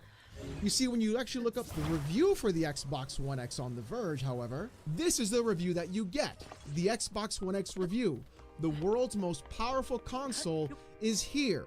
Written by Tom Warren. Now, why is this important, you ask? Well, it's simple. We have people now trying to conflate reviews with opinion pieces, and those two things are in fact not the same. And to make matters even worse, they're not even written by the same exact person. You would have an argument if the Xbox One X opinion piece was written by the same person who reviewed the PS4 Pro. Then you can say, aha, Shakuse, I've got you now. But that's not the case. What we have here are three separate people writing two different types of articles. Two of them are reviews, one of them is an opinion piece. This is not exact proof of an Xbox tax. This is you skewing the information, trying to make it apparent that there is one. But again, this only took 5 minutes on Google to go ahead and debunk. Now here comes my next favorite one that I've been seeing floating around. Let's take a look at it. Now this is a picture from the leaked documents that were accidentally uploaded to the internet by Microsoft during the ADK court case. In fact, you have the case number listed right here, and on 9/27/2019, an email was circulated between Philip Spencer and gaming industry leadership team. The interesting part about this is that the email was a thread. There was a reply to it saying, "Forward headiness from Sony and GameSpot's fanboy reviewers." Now, of course, doing my due diligence, I went back and I double-checked to see if this is actually a real thing, and in fact, it truly is. I found the case number, I found the documentation, I even applied the link, and this is in fact true. A real email was sent between Phil Spencer and the gaming team about GameStop's fanboy reviewers and Sony's pettiness. Aha! Shakuse, the smoking gun! Xbox tax is real. No, it's not. You see, the thing is, we don't know what that email actually said. This was an email that was forwarded to Phil Spencer with multiple replies. We don't know if the Xbox team was talking about this directly. We don't know if Phil Spencer was talking about this directly. It could have been anything passed along between the two of them, and we have zero context into this actual email or any evidence about what this email actually said. If someone can supply that, that would be fantastic so we can review it. But of course, I wasn't able to find it. I was only able to see that this was actually existing. You cannot sit here and use an email that was between Microsoft internal employees, where you have zero context or evidence around what's actually being said in the email, and because of the subject line, you are then accusing the fact that GameSpot has PlayStation fanboy reviewers, and on top of that, Sony is petty. Now look, we know Sony is very petty. We've seen them do very petty behavior. And the really crazy part is people are parading this around as if this is true evidence that there is an Xbox tax, when we do not have the email directly. If we had the full email chain, if we literally saw it say, with Phil Spencer, say something like, Xbox is being review bombed by GameSpot because their reviewers are fanboys. There's an they hate our brand. Then yes, we could say, whoa, this is pretty intense. Why isn't anybody talking about this? That would be a bombshell of a news piece. However, though, we don't have that. We only have this information here. And you cannot go ahead and make assumptions about these. And it would be too hard to prove that, especially right now. It would be extremely difficult to prove any of the things like that. Again, Xbox doesn't have anything they don't have anything to even garner a Xbox tax. They haven't had anything for the better part of, I couldn't even tell you how long it's been. It's probably been a decade since they've done like full-blown actual releases of anything. So to actually prove that a tax exists, you must have consistency somewhere. You have to have two forms of consistency. In this case, they need to be releasing games consistently, and then you would need the reviews to consistently look a certain way. And you would actually have to figure out, because I'm pretty sure now the publications are getting to the point now where they're throwing in subliminals rather than just saying what they actually mean. You would have to figure out whether or not it was a opinion piece or not. These kinds of things when you don't have all the facts. But anyways, let's continue with the most ignorant one of all. Persona 3 Reload is coming to PS5, PS4, as well as PC via Steam. Mortal Kombat 1 is on PS5 and PC. Lies of P is on PS5 and PC. Alan Wake 2 is on PS5 and PC. Haha, Alex, I've got you now, you're saying into your monitor or your actual phone or typing into the comments section. No. There's no way there isn't an Xbox tax because IGN simply did not even acknowledge the fact that Xbox has all those games and the fact that Liza P is on Game Pass day and date. We got you now, my himbo. There's no way around this one. Well, in fact, you've fallen for my trap card. You see, like I said before, the industry is in fact ignorant, and they do not care about gaming or games journalism. They are trying to do this as a way of just making a check, and they do not give a shit about you or respect you as a reader. And I can prove this. You see, the thing is, this is not an Xbox tax with IGN doing these really ridiculous things. This is clearly nothing more than just incompetent gaming media or people being unable to actually just review something before putting it out and publishing it. The same thing happened to Linus Tech Tips. The same thing's happening to IGN. In fact, IGN is not new to this. Remember the entire Too Much Water review? Remember that one? Or how about the God Hand review? They gave it a 3. Or how about when Colin Moriarty was working at IGN and he said that the PS Vita is going to be a success? Oh no, I'm not done. I'm going to provide more examples of the ignorant behavior at IGN because you cannot spell ignorant without IGN. How about the time that IGN had the actual gall and audacity to go off and try to make a TikTok video where they went ahead and tried to explain why they give so many games a 7 out of 10. In fact, it was so bad people were roasting them because of their lack of logic in that actual video that they had to take everything down and then just pretend that it didn't exist. Or how about the fact that when IGN was showcasing Doom Eternal, they had one of the worst people play that game, which in fact, the gameplay was so terrible, it was as if the person who played that game never played a video game in the first place, didn't know what a right analog stick was, and had no idea how to play a first-person shooter. And immediately after that, a tempting power-up at the end of a corridor rewards you by locking you in close quarters with a cyber demon. That sets the tone for what to expect from the ancient gods over its 3 to 6 hours. Again, this is nothing more than cogs in a machine of people that do not give a shit about this industry and are only doing anything to get it out there, to get the clicks, to then go through it.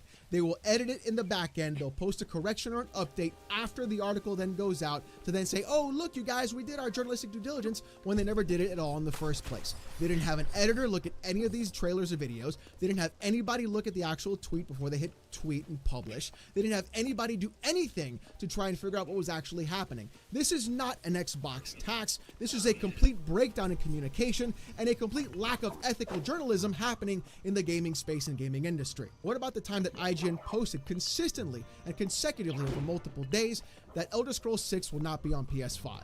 We would see it every single time. And in fact, Fratanga and I called it out every single time we saw it because it was in fact nothing but rage bait farming. But you see, it actually worked. If you look at the tweets and the actual views of each one of those tweets, they are in the hundreds of thousands or in the millions of engagement views on Twitter.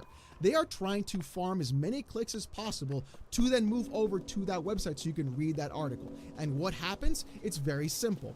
PlayStation fanboys will then take this actual tweet, not read the article, not understand what's actually happening, parade that tweet around all day long, pass it through their friends, put it on Twitter, put it on blast, say, look what Xbox is doing. They're the worst people. They shouldn't buy ABK. We should tag the president.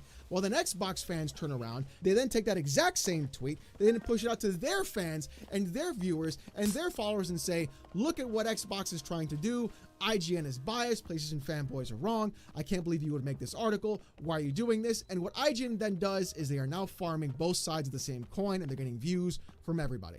Now, I know what you're saying, Alex. Well, that doesn't negate the fact that they made this tweet multiple times, and you cannot prove that any other way because that is proof that the Xbox tax is real if they are farming our engagement, and that is why they are making these articles. In fact, GameSpot did the exact same thing when they constantly tweeted out that they were giving Starfield a 7 over and over and over and over and over again. Shakuse, Alex, you lose! The Xbox tax is real! Ha ha! If you haven't sensed a pattern, here's your sign.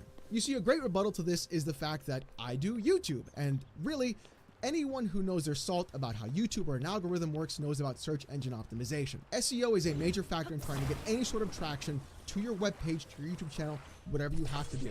It's why YouTube videos have incendiary headlines. It's why negative press has more views than positive press. We've seen this all the time. It's why your local news never has anything good to say, but they always have bad things to say. Kind of crazy, huh? But you see, inside the actual industry, we got a little bit of a peek behind the curtain because Jez Corden said this. It's because they probably use a system called social flow, which auto-posts stuff that gets engagement. So social flow sees the engagement on a post and will just repost it automatically if it's set to do that. Algorithms are just giving people what they want, really. So again, you are literally just being fed the thing you want to actually see. The games industry will do whatever they can to then create those clicks with whatever you want to actually find out, and then they will parade those things in front of you, which is why you always really see PlayStation fanboys talk about Xbox, and Xbox fanboys talk about Xbox, but nobody talk about PlayStation. Isn't that interesting? But Alex, I hear you say, I'm gonna get you on this one, my friend. Gaming Bolt made an incendiary tweet the other day, and that proves as an Xbox tax. Let's take a look. Starfield could be in trouble as player numbers plummet via Gaming Bolt. Ah, yes, the good old single player game has players not playing the game anymore. Therefore, the game is dead. Haha, you lose, Xbox. Not yet. Next up. See, the thing is, this isn't just something that just got around the actual bend. Many people in the industry, whether developers or even journalists, were calling this out. In fact, it got so bad that it got community noted. But the interesting part about this tweet isn't just the fact that it got community noted. It really proves my example of what's actually happening and why you are in fact being rage farmed. Look at the amount of views this one tweet got. 4.7 million views. 800 replies. 597 quote or quote tweets about this actual topic, and 703 likes. It literally got ratioed into the sun, and people were not happy with this sort of article and the baiting being done about this. This does not prove there's an Xbox tax. What this proves is games journalism and games journalists and all these websites do not respect you or have any of a modicum of actual idea of what you actually want to see. All they are trying to do is now farm your rage. Are there individuals that have specific biases in these organizations? Absolutely, we all do. I'm biased towards the PC. I don't like consoles at all, so my perspective is going to be skewed. However, though, that is with every single person. The difference is if that person is able to then provide an article that respects the reader and is able to then provide a proper point without trying to then sound like an actual moron when they write it. And really, that's what we are not seeing. In fact, we're getting the opposite. We are getting journalists and writers writing the most incendiary headlines about whatever they can grasp and do. In fact, there are actual times when journalists are truly console warring at the same time, or having the actual media website console war on top of that. In fact, here are 3 actual examples. So the not yet is that Starfield isn't dead. Like, say what you want. Like I said, people, this was a very, it's understandable to have mixed feelings about the game. The fact that people are talking about how the game is dying and whatnot, and then you get the conflated, I mean, because we've seen the conflated sales, or that it's possible that the sales numbers for Spider-Man 2 were inflated. They were doubled. You're not going to see either one of these games die. What you'll see is, here's what you'll see. You'll see the talk around Spider-Man die. After Game of the Year, like, Spider-Man 2 won't be a talk until like the separate Venom game or DLC comes out. So, I mean, that's what I mean by not yet. Like, Starfield is not dead. I'm pretty sure we'll see more patches. We'll see DLC for it, because it's what Bethesda does. They do DLC, and they patch their open world. So again, this is not an Xbox tax. This is not them doing it out of we have to break Xbox down. This is them trying to create engagement. And the problem is that you engage with these kinds of posts. So what happens is, if you engage with these posts, you then go ahead and do these things where it creates those views and stirs up that trouble. At the same time, however, though, PlayStation fanboys also engage with these posts because you're too obsessed about a plastic box and a console war to actually warrant you saying, I'm not interested in this, I'm just not going to read it or look at it or provide any view whatsoever. That doesn't instinctively mean that there is an Xbox tax. That means you are getting played like a fiddle. And then on top of that, media outlets don't respect you at all. There's only one argument that I've heard recently, and this argument could hold true, but however, this is where I really feel like games media journalists truly do not respect you at all. And that argument is Hogwarts Legacy did not get a single nomination for the Game of the Year awards on the Jeff Keighley's award. Which is crazy. Outlets and journalists that got together. I really have a theory on that. The theory is that they saw the issues that streamers were having and they did not want those problems at all. And that is my theory on that. That's just a theory. That's not fact. It just looks that way. I think that's why it didn't. They didn't want their live stream of the Game Awards to get hate bombed by anybody. To refuse to review Hogwarts Legacy and then try to tank its Metacritic score, Alex.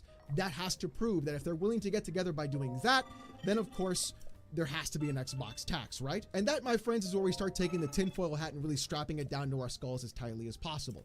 You see, what we're doing here is taking two very specific things and very different things. One is a real-life hot-button issue that impacts many people in their regular lives that is then being used in a political skew to then try and inject itself into video games via those games journalists. And the other one is about fanboys being angry about a game not being nominated for Game of the Year or a review score or what have you. And this is where I feel that my argument actually holds more water than anything.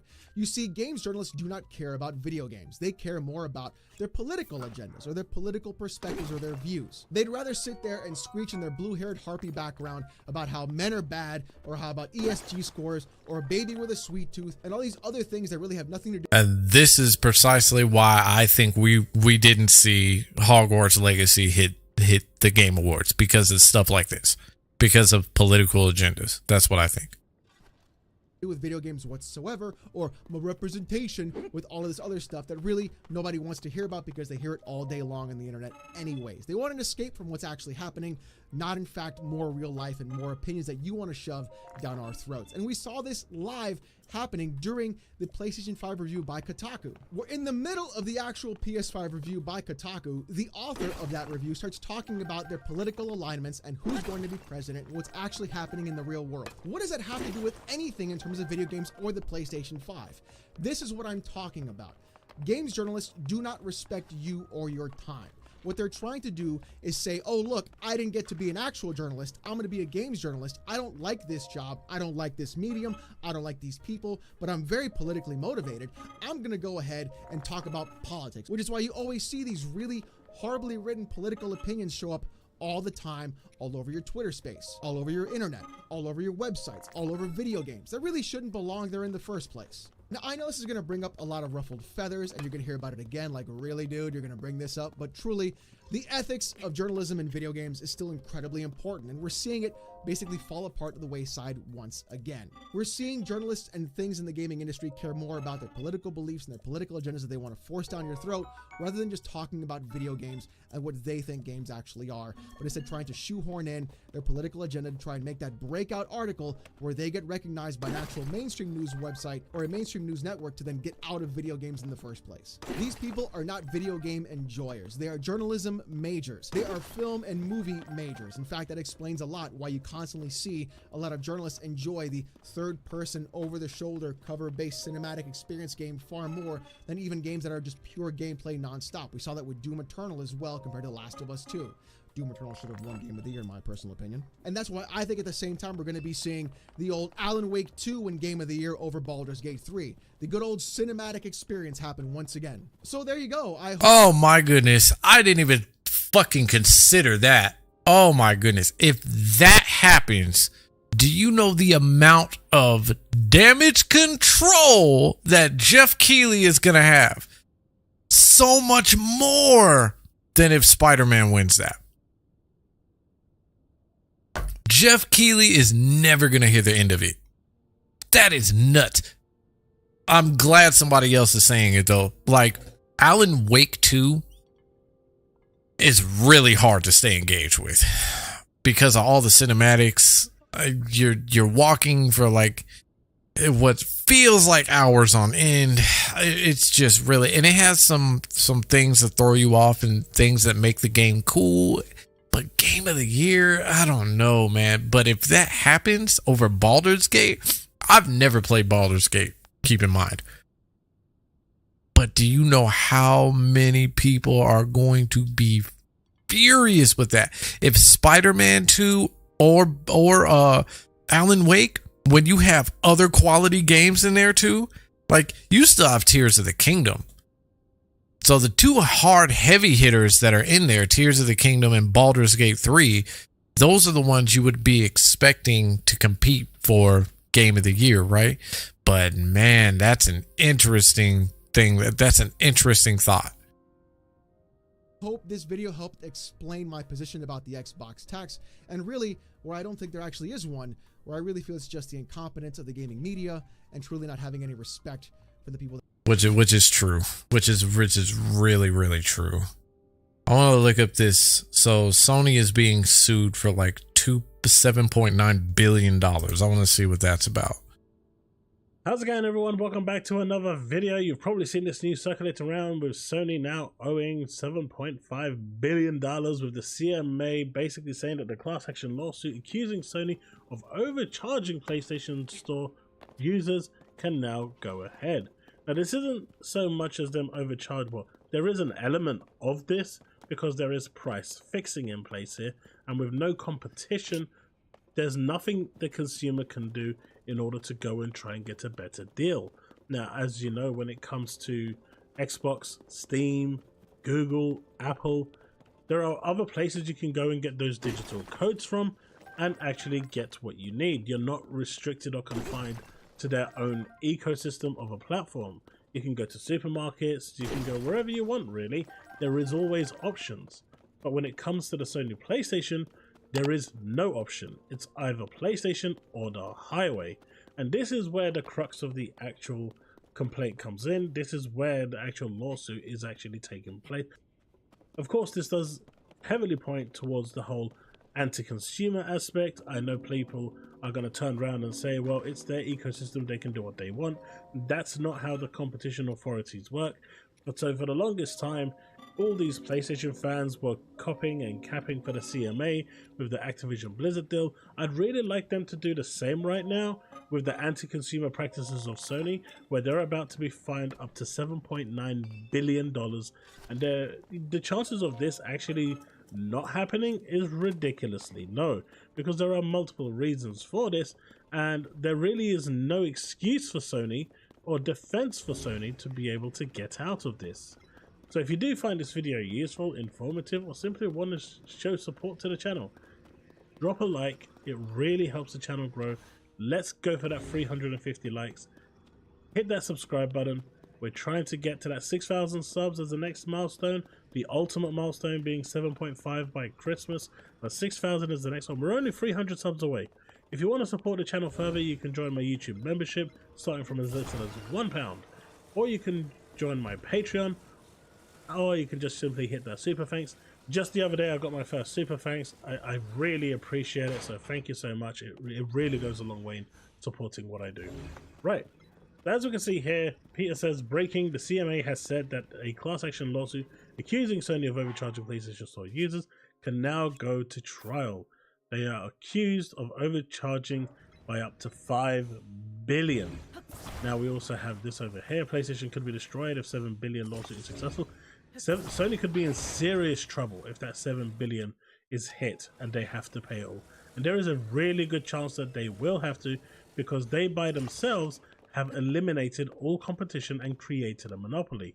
Now I'll get into that in a little bit, but that is basically the crux of this actual issue, and that is basically what the problem is. And Sony have done it to themselves. It's nothing else that anyone has done.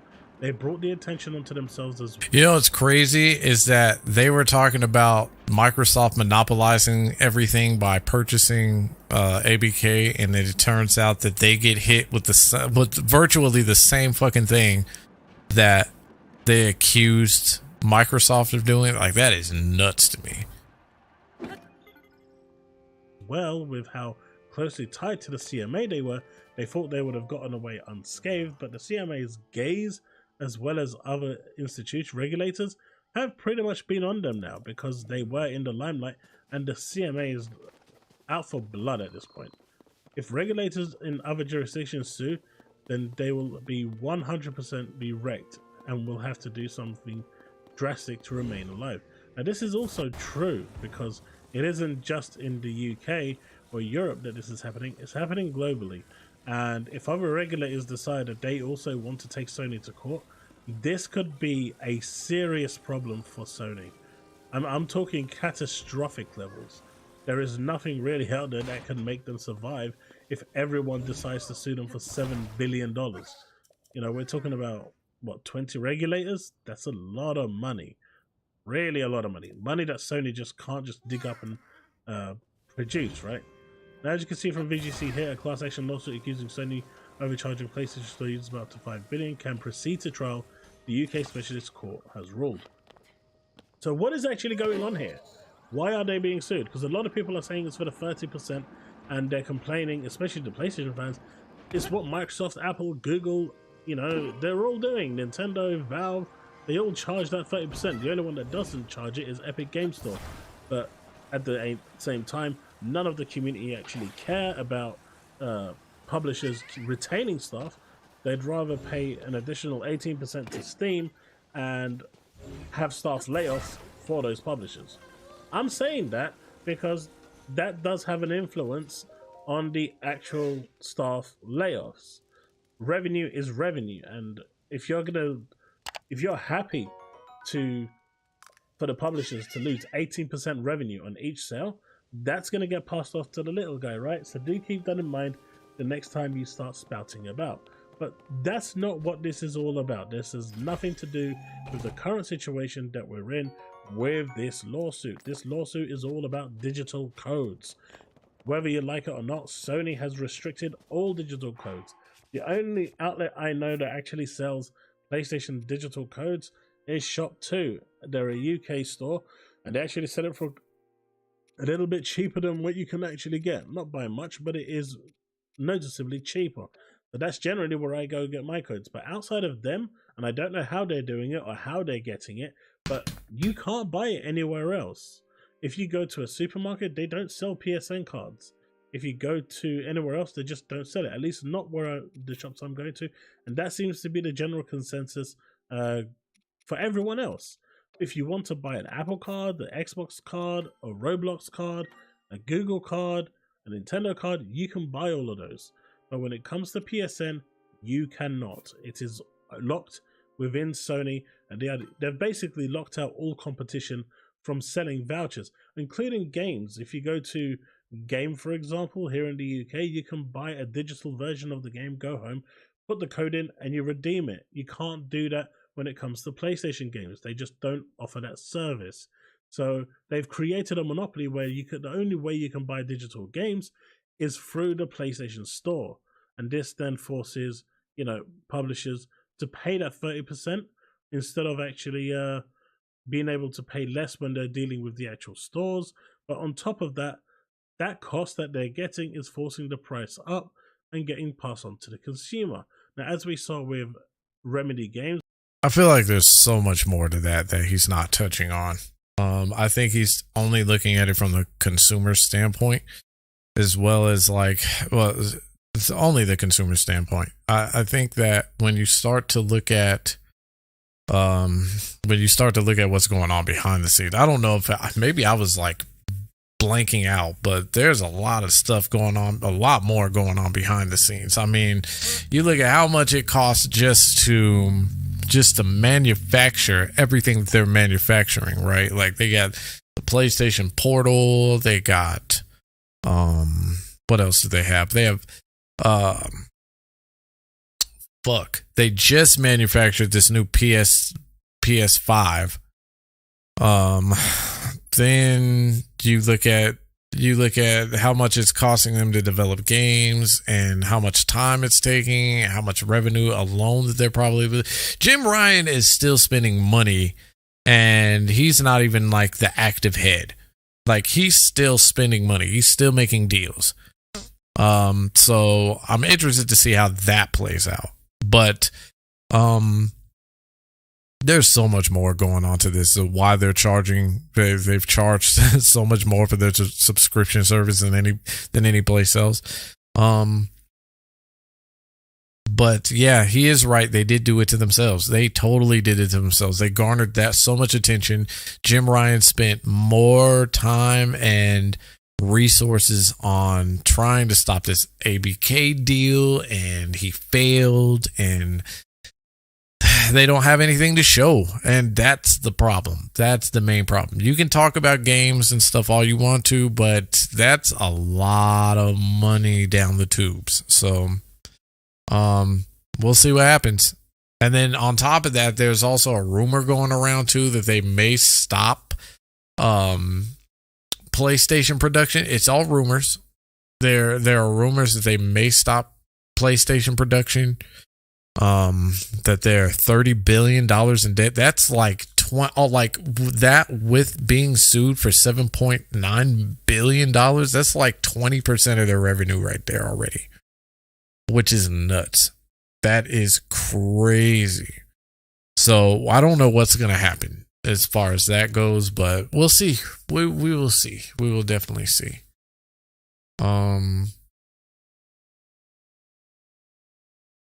I wanted to look at this Game of the Year thing, but I don't know. There's so much going on with this Game of the Year. This Game of the Year stuff. Like, it's a bunch of nonsense. It is a lot of nonsense.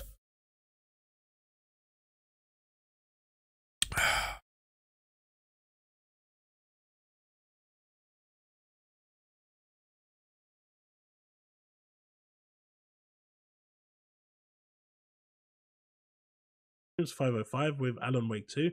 They actually made a deal with Epic Game Store with the 12% on.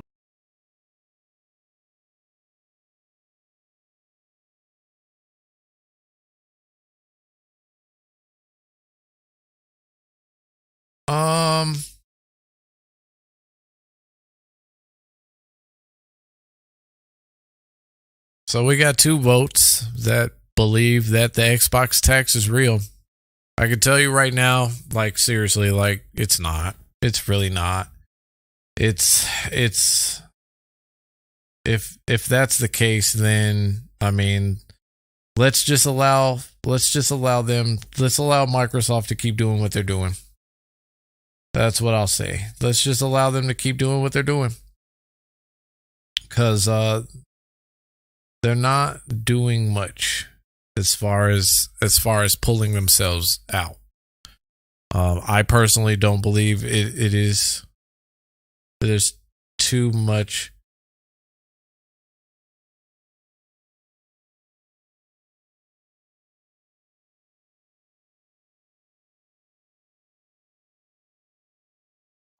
The subject of this lawsuit just proves that.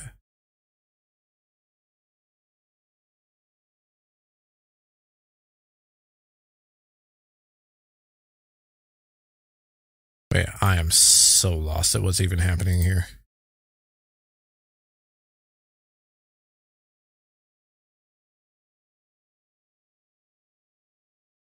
I think I broke YouTube.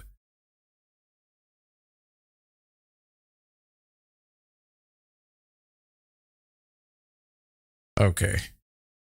I think we're better now. But yeah, it's just crazy. This is crazy what's going on right now. I personally, I don't want, like, between like Sony getting sued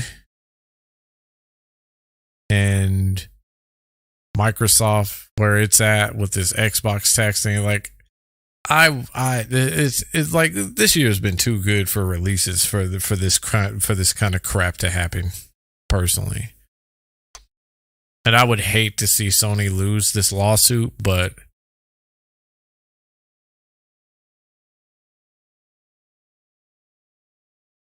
I took somebody else's comments with me somehow. I don't know how that happened. I don't know. I would really hate to see like either one of these consoles fall. Like, that sucks. But I'm going to get out of here because I need to eat. I gotta leave. Thank you all for joining me for this long drawn out thing that's going on. I'm gonna probably be trying to show my Nintendo a little bit of love. I'm still working on stuff, so again, I can't talk about the quality of writing and not hold myself accountable for that. So, I mean, I'm speaking as a person that's trying to actually make it actually worthwhile. So, with that being said, thank you all again. I don't know if I'll be on tomorrow, but we'll see.